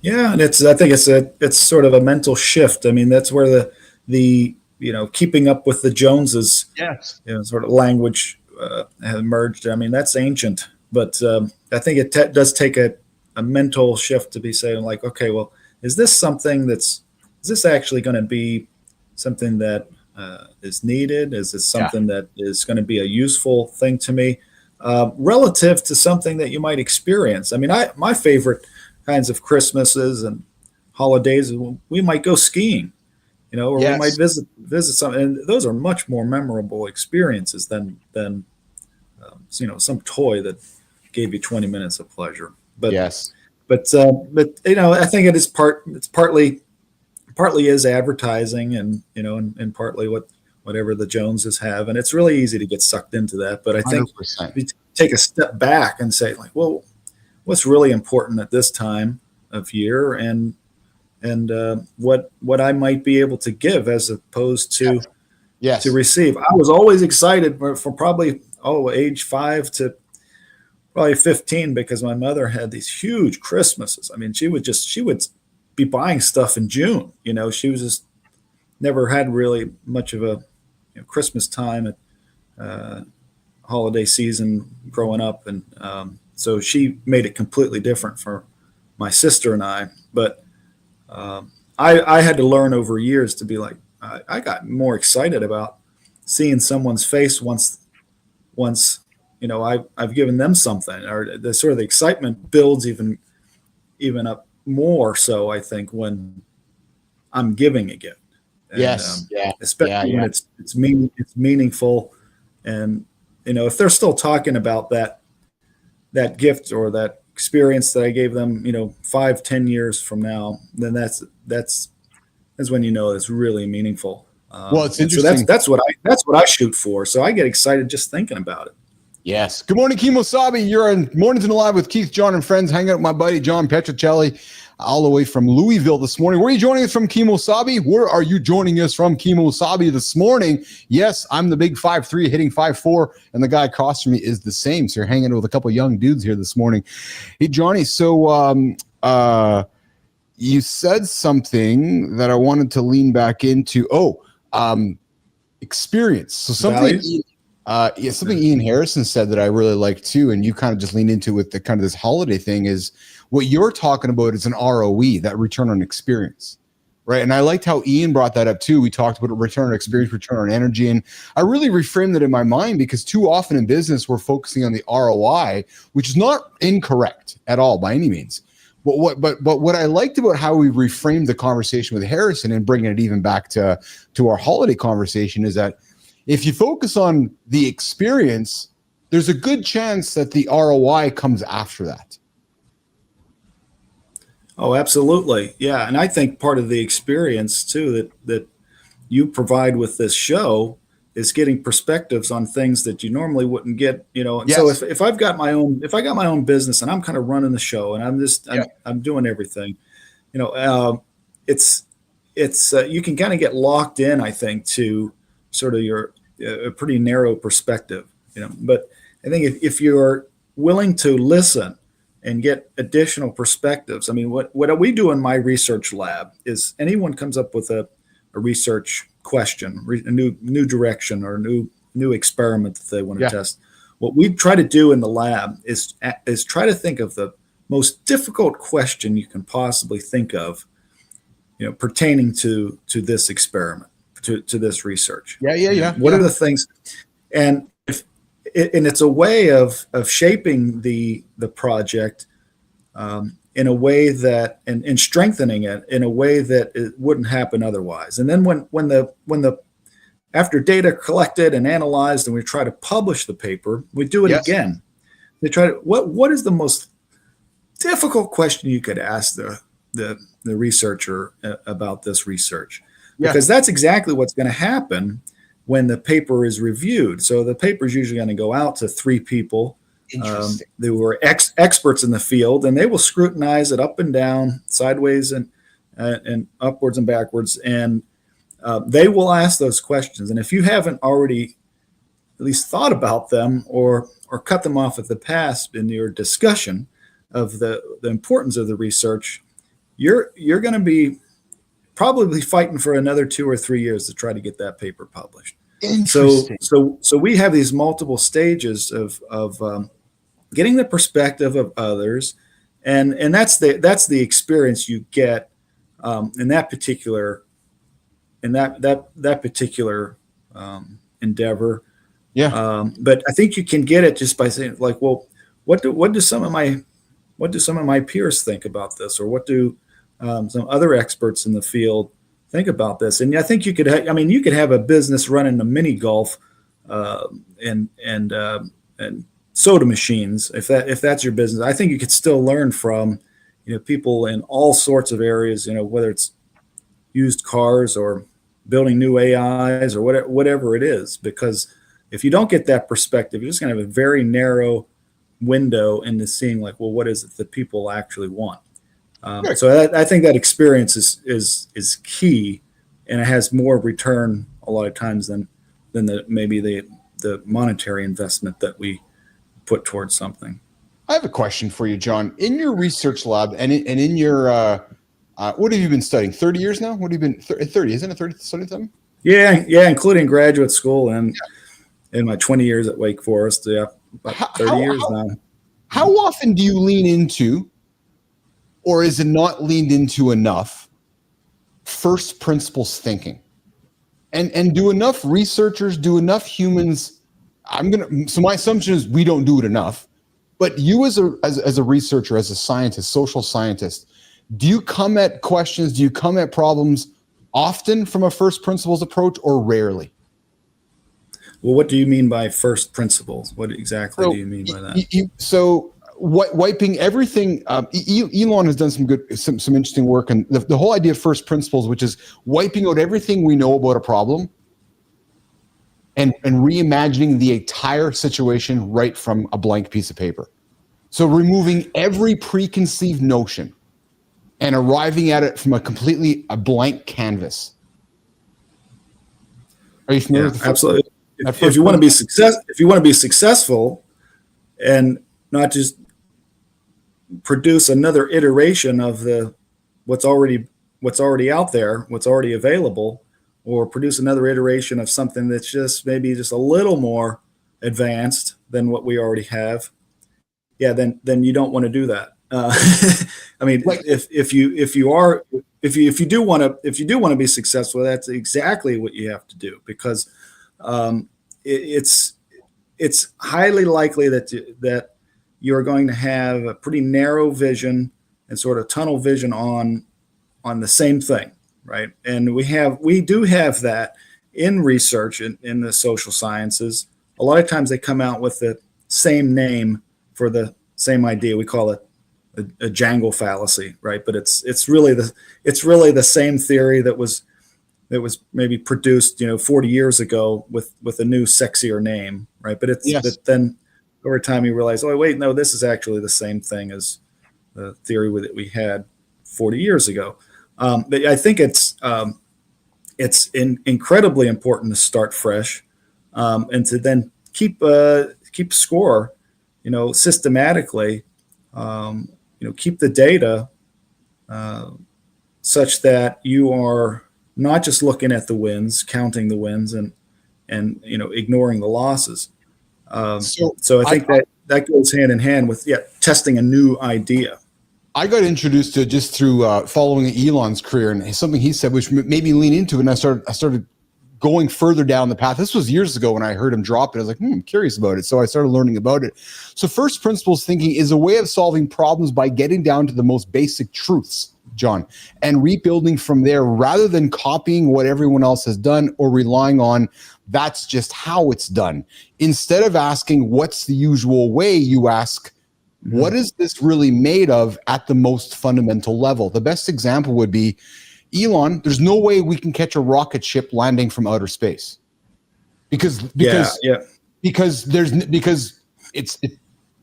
been always the assumed fact. Can never do it, right? So it's like, okay, but that's just math. Yeah. That's just math. Let's just go revisit the math so that we can solve the problem, so that we actually can do it. So I've taken that approach since I learned that on many of the things that I build here today, and even with the platform that we're building, which is okay, just because it's been done a certain way up till now doesn't mean it can't be done differently tomorrow. I don't think enough of us humans ask those questions. Oh, absolutely, we don't, because we're sort of brainwashed, I think, into thinking that particular way, and that creativity sort of goes by the wayside. I think Walter Isaacson didn't refer to Elon's way of thinking a lot of times as first principles, but that's exactly what he was describing. Yes. In his biography on Elon Musk. That's exactly, John. That's exactly. I think what goes along with that too is like you said, the willingness to ask questions. I know Elon's famous for sort of asking questions, especially when there are rules and regulations. He'll get down to the nitty gritty as to like, well, why do we have that rule? Who was the one who instituted this rule? And then communicating with them to find out, like, okay, well, what really is the purpose of this rule? And sometimes you find out that, well, again, my old adage is, follow the money.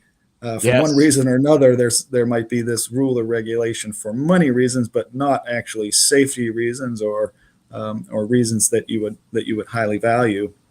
So I absolutely, I think that's key. And what it comes out in my field a lot of times is it looks like, wow, this is a brilliant individual. This is a creative person to come up with this. But a lot of times that is exactly where they start. There's like, okay. We have these other theories, but if I think about this problem through this same theoretical, viewpoint, I'm going to come up with probably a similar answer, but maybe there's something actually something new here. I tell half of my I tell all of my students that half of what they're going to learn, this semester in any course is probably wrong. And we don't know it yet, or maybe perhaps it's half correct. We don't know what the moderators are yet. We're still, maybe 5, 10, 15 years from now, we might say, well, this is partly true, only under these conditions, only under these contexts or situational features. But something else is true. When you turn this light switch on and turn that one off.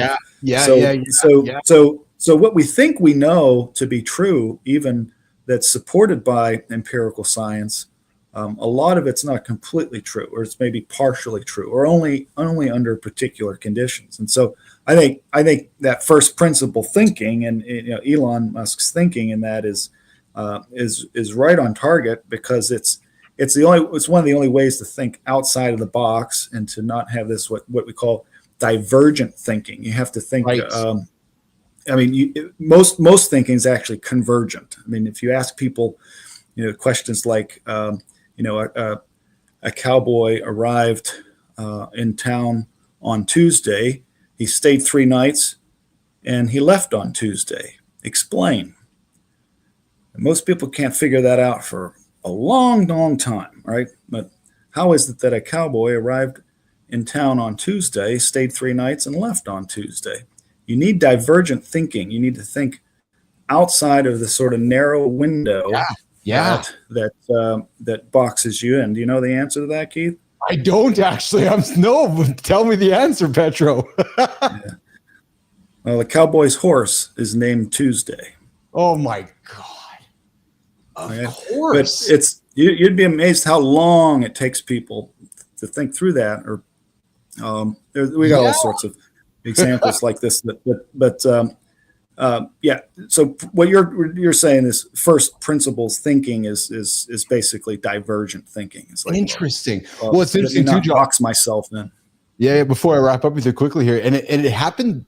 It happened over the last couple of weeks in business, because I pay attention to this stuff. It happened with Google a few months ago, and it happened with NVIDIA here in the last week. So a few months ago, Sergey Brin, still the biggest shareholder at Google, even though he's not active, he still is the guy that can say yes or no. It's the way that it's structured. He learned that he's like, why aren't we using our own tools to code our own stuff? Oh, because there's rules. We can't do that. It's like, well, what the fuck, man?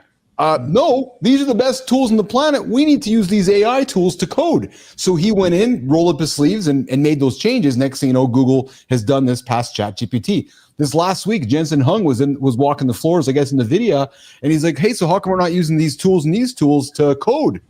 He's like, well, no, we can't. It's like, who said that?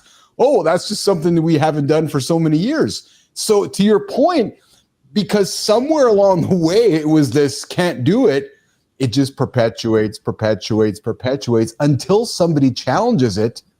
Next thing you know, could you imagine, John, if Jensen didn't come down to NVIDIA and ask that question like last week, how long those inefficiencies keep going until somebody challenges the status quo? I guess what I'm trying to say.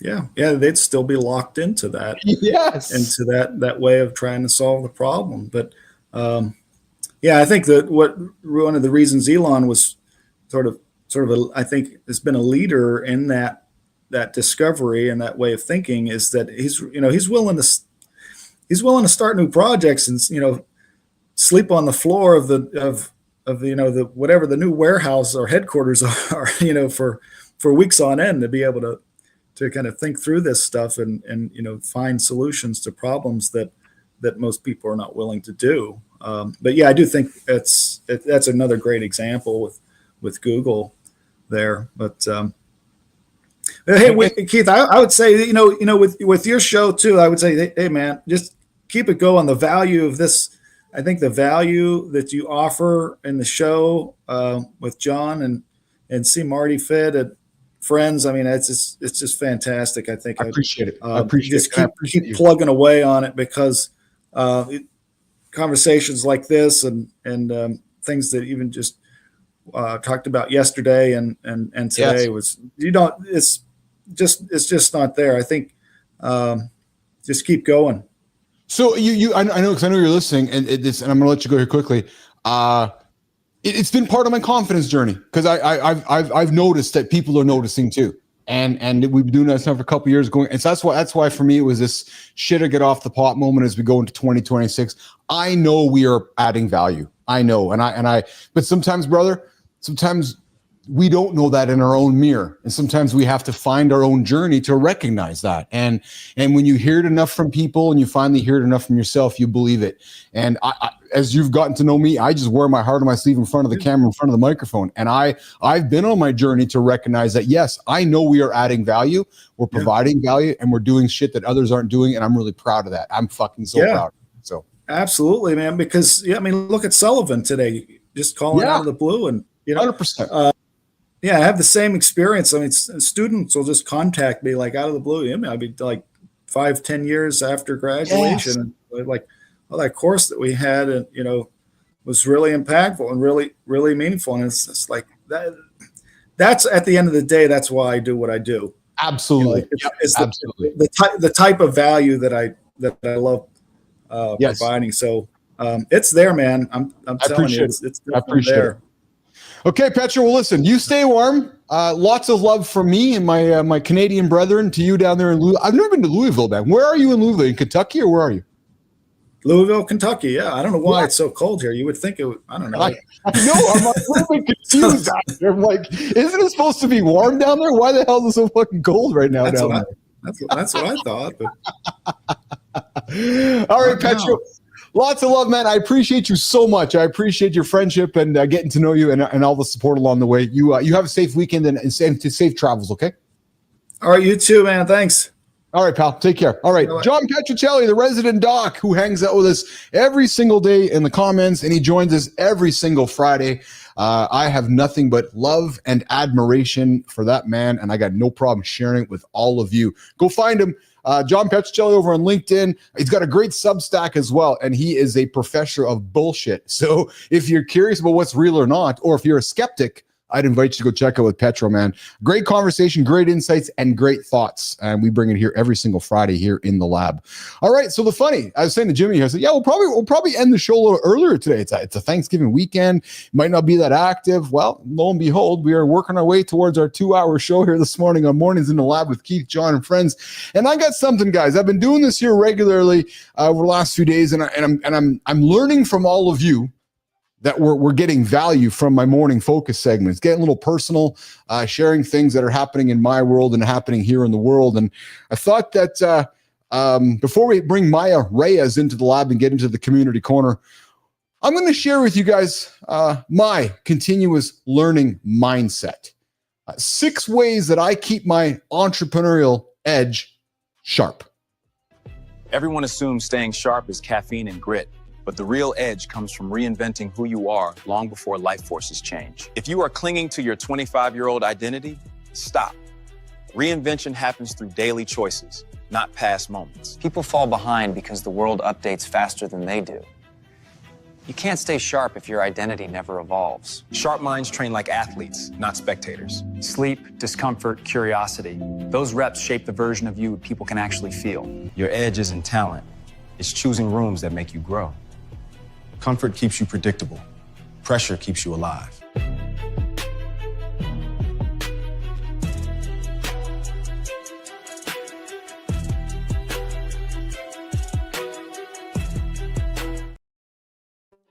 All right. So people come to me and say, so Bilous, yeah. They call me Bilous, Jimmy. People always ask me how I stay sharp. I'm like, oh, it's my hair. Fucking best hair on the internet, Jimmy. Oh yeah. They assume it's discipline. Like, no, it's my fucking hair, man. It's my hair. My hair is what keeps me sharp. True story. Or is it the fitness, Billis? You get after it all the time. Is it the fitness? No, I'm like, it's the fucking hair, dude. It's the hair. Come on, leave me alone. It's my hair. Ask my mom. It's all about my hair. Even though it might be thinning a little bit. Or is it the caffeine, Billis? No, it's the fucking hair, man. I have my edge because of the awesome flow. Yeah, true story. And maybe the caffeine helps along the way as well. But hey, The truth is, nation, it's much, much messier. Yeah, it's way more earned and it's way more real than any morning routine influencer wants to admit. And I purposely went influencer on purpose because I don't consider myself an influencer. I consider myself a morning dude who gets up, gets after it every single day as an example. Yeah, I'm an example, not an influencer, an example. Jimmy, we've just coined a new word. Keith and John and Marty are examples. So, took my old pen out, not, and wrote down some notes in my journal, not, but I decided to put together 6 things that actually keep my edge razor sharp, built from 25 plus years of building, selling, losing non-fucking stop, failing regularly. Oh yeah, just fail. It's actually called learning and rebuilding. And now hosting a daily live show where thinking in real time is the entire sport. So to my friends that are waiting to get started, what's holding you back? One day, someday, next day? Yeah, all right. So I'm going to tell you right now, none of what I'm going to share with you came from a book. True motherfucking story. Yep. Came from my life. Another true story. Number 1, the biggest thing here, and I shared a little bit of it with you guys and talked about with Marty a little bit and with Johnny along the way, and to those of you who've been hanging out for a while know this. The constant reinvention of identity. I was growing up, I was the overweight kid named Husky Keith. My mom is Husky. Love you, Mom. When Mom names you Husky, I guess you believe it. Yep. Then I became the photocopier salesman, selling photocopiers, working for Xerox, some of the best sales training in my life. And then I became the startup founder, moderating content for brands like Dancing with the Stars and Coca-Cola and all these different live chats back in the early 2000s. Oh shit, Jimmy, I'm aging myself now. People are like, you can't tell everybody how old you are. They're going to run. Oh yeah? And then I became the CEO of a global company I created. Identity change. And then I'm the guy who walked away from an audience of thousands and thousands and thousands of followers when I said, no, this social media shit's wrecking my brain. I got to get away from it. Going through some life changes.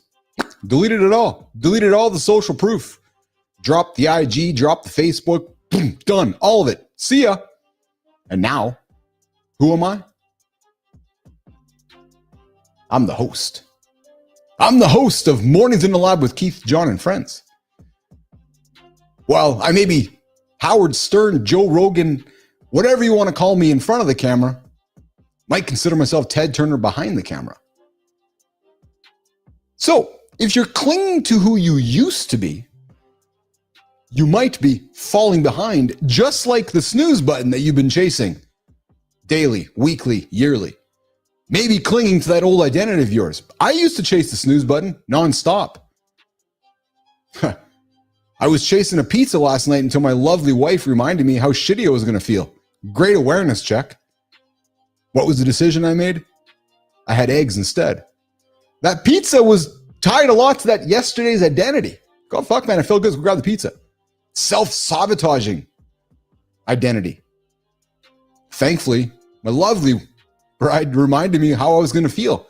I made a different decision. I made a different decision that leaned into today's identity. Didn't want to come on the show and consider myself a hypocrite. Number two, I learn faster than the internet moves, and it's a mission of mine. Because when I built ICUC back in the past, I built ICUC inside the chaos of real-time conversations before a thing. So some people wonder where my confidence comes from today. I did this 20 years ago. I was moderating, managing real-time community, real-time conversations before it was a thing happening today.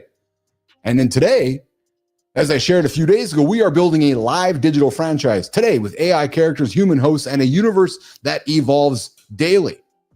So when the world is updating every 12 hours, how can your mind not be updating every 12 hours? This is where it just drives me absolutely nuts when somebody says, yeah, I'm going to start one day, or I'm just waiting to get started tomorrow, or yeah, I'm not ready yet. Dude, the internet, it's moved so fast in the last few seconds since you've got past not yet, someday, and one day. You're just so far behind. I treat what I'm building like a competition. I get up before the snooze alarm because I'm competing with the guy who's still laying there waiting to start one day. I'm with you, Petro. Return on experience. So my goal, my mantra, my reason for getting up and getting after it daily is to move faster than what's being built behind me. Number 3, I treat my brain like an athlete treats his body. And this is why we use the term the business athlete. Because the game, you guys, I'm sorry, it's all fucking mental. Yep.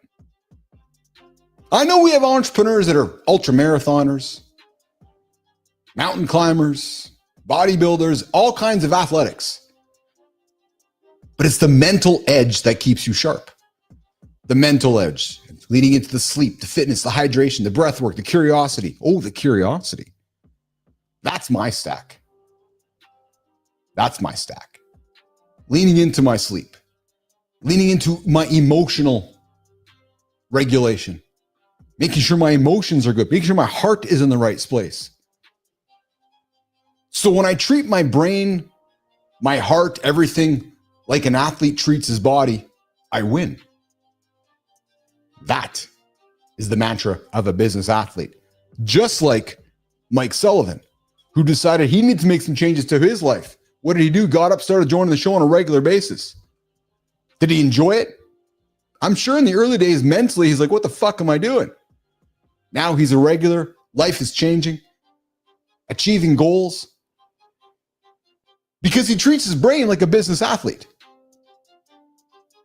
Number 4, I put myself in rooms that break my pattern. When I feel too comfortable, I drop myself into a new room. Every metaphor. This show is a great example of it. When I feel like we're in the right spot, it's time to move into a different spot. When I feel like we've just hit this side of the mountain, it's time to go again. Because growth, you guys, lives at the edge of discomfort. It's easy to be comfortable. It's easy to do what you did yesterday. It's easy to keep doing what you did last week and last month. But what can you do differently that makes you behave and get results that are differently? What can you do? That's why I love the gym. That's why I love pushing weight. Because it puts myself into a situation that breaks a pattern. Well, yeah, you've been doing 250 on the bench for weeks. Well, fuck, man, let's add the 5s on each side. Let's add the quarters on each side. Let's go to 300. Let's go to 275. Let's go to 315. That's where the growth edge lives, on the edge of discomfort. I'm not making any progress, Jimmy, if I'm sitting there on the bench just putting 250 nonstop, just feeling comfortable, living in the past. Hello, Bret Hart. Oh, yeah, hit 250 for fucking 10 straight years. That's not living on the edge of discomfort. No. That's being complacent. That's being not even content.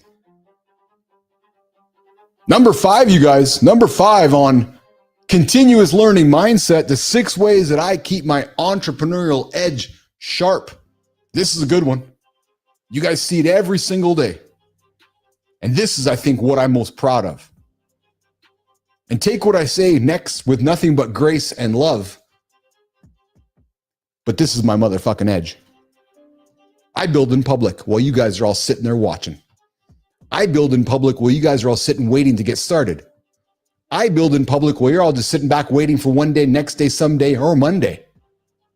I build in public even when it's messy. Deleting an old audience, rebuilding from scratch, did it. Most people wouldn't risk that ego hit. When we started the show, 0 people knew about Mornings in the Lab. Yeah, okay, so we got 5,100 subscribers to our channel. Big fucking deal. People got millions. We earned every 5,100 by building in public, messier than fuck every single day. Launching a multi-hour daily show live? Ha! Yeah. We do 40 fucking podcasts a week. Some people can't even do one. Most people wouldn't risk the exposure that I put myself, John puts himself, Marty puts himself through every single day. But Reinvention Nation only fucking works when you show your work. When are you getting started? One day. Ha. So those one dayers, some dayers, next dayers, you're not invited here to the lab. I got no time for you. Nope, no time at all. Because reinvention only works when you show your work in real time, in public, running towards failure daily. What you all think is success, I might view as failure. But I view it as success when I get back up after I fail. True motherfucking story. And number 6 on my list of continuous learning mindset, the 6 ways that I keep my entrepreneurial edge sharp, is I never have, and I never stop having, real conversations. Just like I have every Friday with the doc, Petrocelli. Just like Andersen and I had 2 days ago, a back and forth, some conflict, a discourse, not a kumbaya sessions. Everything I've built, ICUC, the Business Athlete Performance Lab, Mornings in the Lab, came from one muscle, my brain. In real time, no script. Was there a plan? Sure. What was the plan? Get started. Get moving. Because when you get moving, the movement creates momentum. And frankly, that movement is what separates folks who have the courage to get in the camera, get in front of the camera, get in front of the microphone live from those that are creating static, daily content that ages the moment they hit send. And it's the number one reason that I stay sharp, because you can't fake truth in a live conversation. You can't. The truth is happening in front of you in real time. When I fuck up, it happens in front of you. When I make a wrong statement, it happens in front of you. When I say the wrong thing, it happens in front of you. You can't fake truth in a live conversation. So if you want to stay sharp, you want to stay curious. And if you want to stay competitive, you need to move fast. If you want to stay relevant, talk to people in real time. And if you want to see me unpack this live, my invitation for you is very simple. And it actually costs you, Jimmy, nothing. Daily, live, 8 o'clock Eastern time, YouTube, YouTube, LinkedIn, and X. We do a show called Mornings in the Lab with Keith, John, and Friends. And before that, it starts at 7:30 a.m. with Matt Roof, Kindness Rising. There's no rocket science, you guys. There's no rocket science. There's no magic pills. There's no Ozempic. None of that. Nope. The continuous learning mindset, the 6 ways that I keep my entrepreneurial edge sharp, all relates down to one thing. Showing up daily like a motherfucker when those that don't want to show up with you. Maya, let's get into the community corner. It's funny how we keep stacking goals like pancakes. Most of us avoid picking one path because choosing feels like losing. But clarity is lighter than dragging 20 half-finished versions of yourself. We chase shortcuts when we're exhausted, but most fixes fall apart until you fix the life underneath. Foundations beat hacks every time. Achievements feel great until they own you. If your piece disappears the moment the milestone fades, the issue isn't motivation, it's direction. All right, handsome chief, let's dig into today's community corner. Rant, take it away.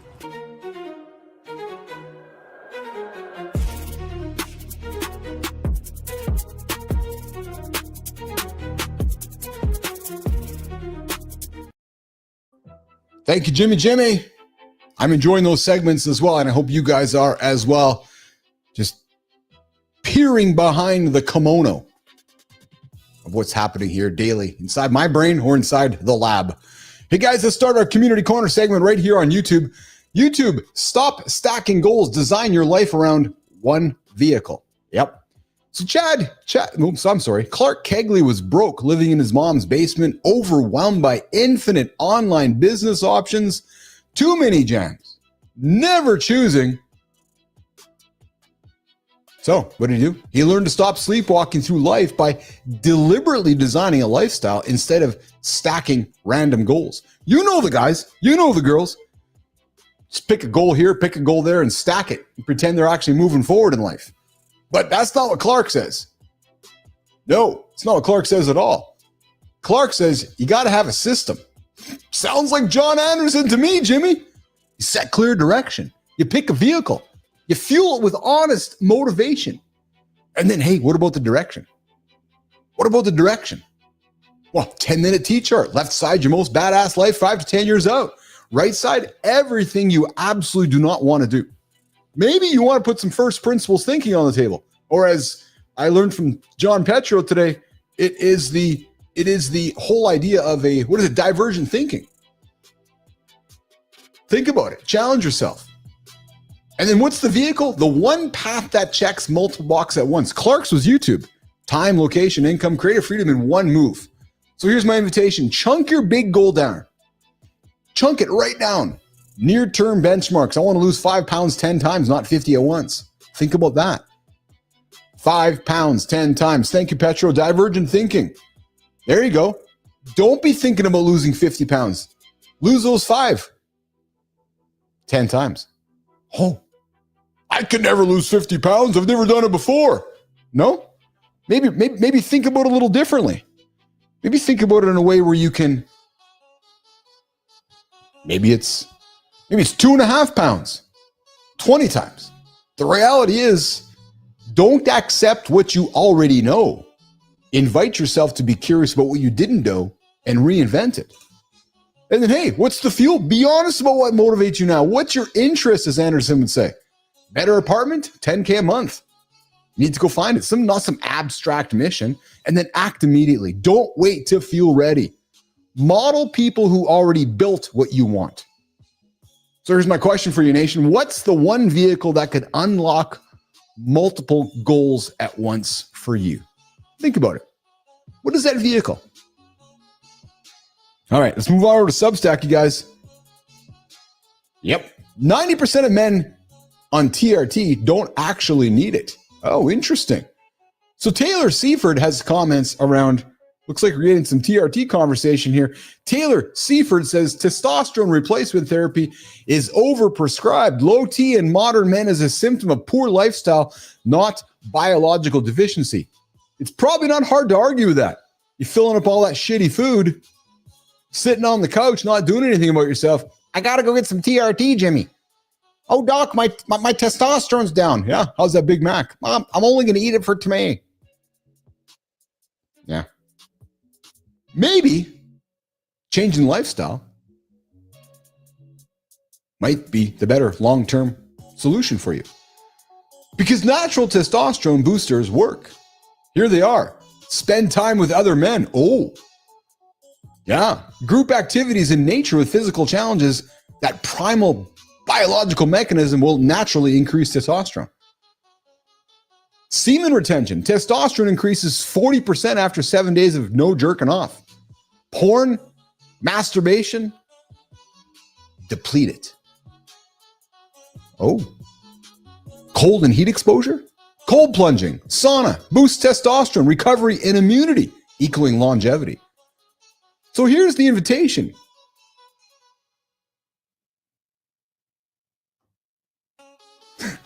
Here's the invitation. I missed the button.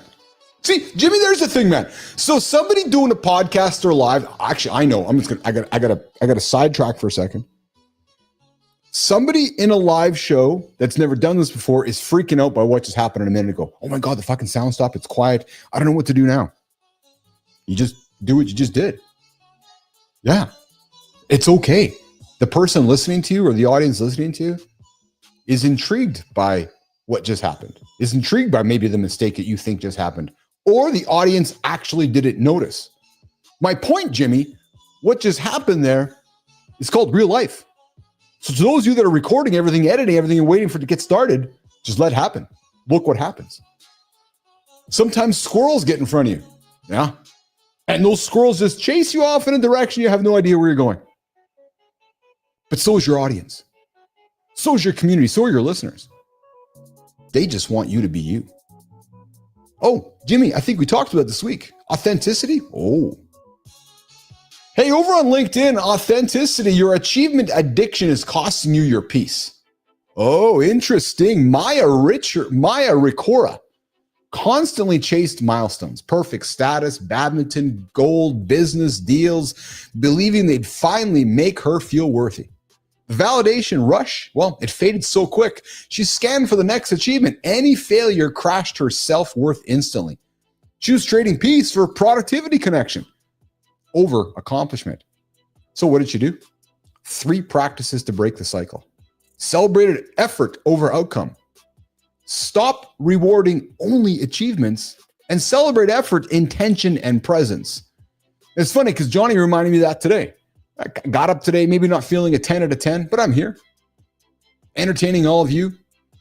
Entertaining myself. Holding my end of the bargain. My bargain being, I'm going to be here every single day because that's what I do. I'm getting up anyways. Because I'm celebrating the effort of being here. I'm celebrating my intention of being here. And I'm celebrating the presence of being here. Because here's what I know. Here's what I know, nation. If this was not live, and this could have been recorded later, when I got up today not feeling at 100%, I would not have had any presence to create a podcast later today because I would have not done it. I'm not feeling very good. I'll just do it on Monday. That is the difference between somebody who has a commitment, who celebrates effort, intention, and presence over those who wait for one day to start with it. So I got an invitation for you, like I always like to do. Reframe your daily reflection today. Instead of asking yourself, what did I accomplish? Instead of saying, what have I done today? Yeah. Replace it with, how did I live today? Who did I become today? I know who I became today. I became stronger today because I showed up. The paradox with all this is after detaching from all those outcomes, guess what happened to Maya? She achieved more. So here is my question for you, business athlete nation. I love you, Sully. Hear me, Sullivan. I love you, man. My business athlete out there getting up, getting after it. Here's the question for you guys. What milestone are you chasing that's stealing your ability to enjoy where you already are? Think about it. Maya, let's get me out of here. 3 stories, same pattern.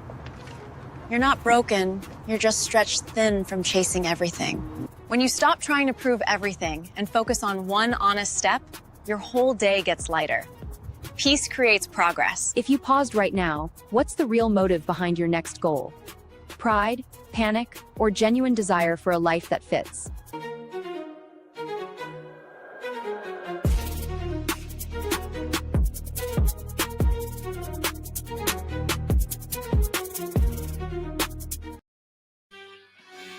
Wow.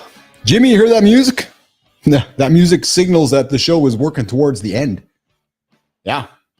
Good time. I appreciate you, man. Charlie, lots of love from me to you, man. I appreciate that video you sent me yesterday.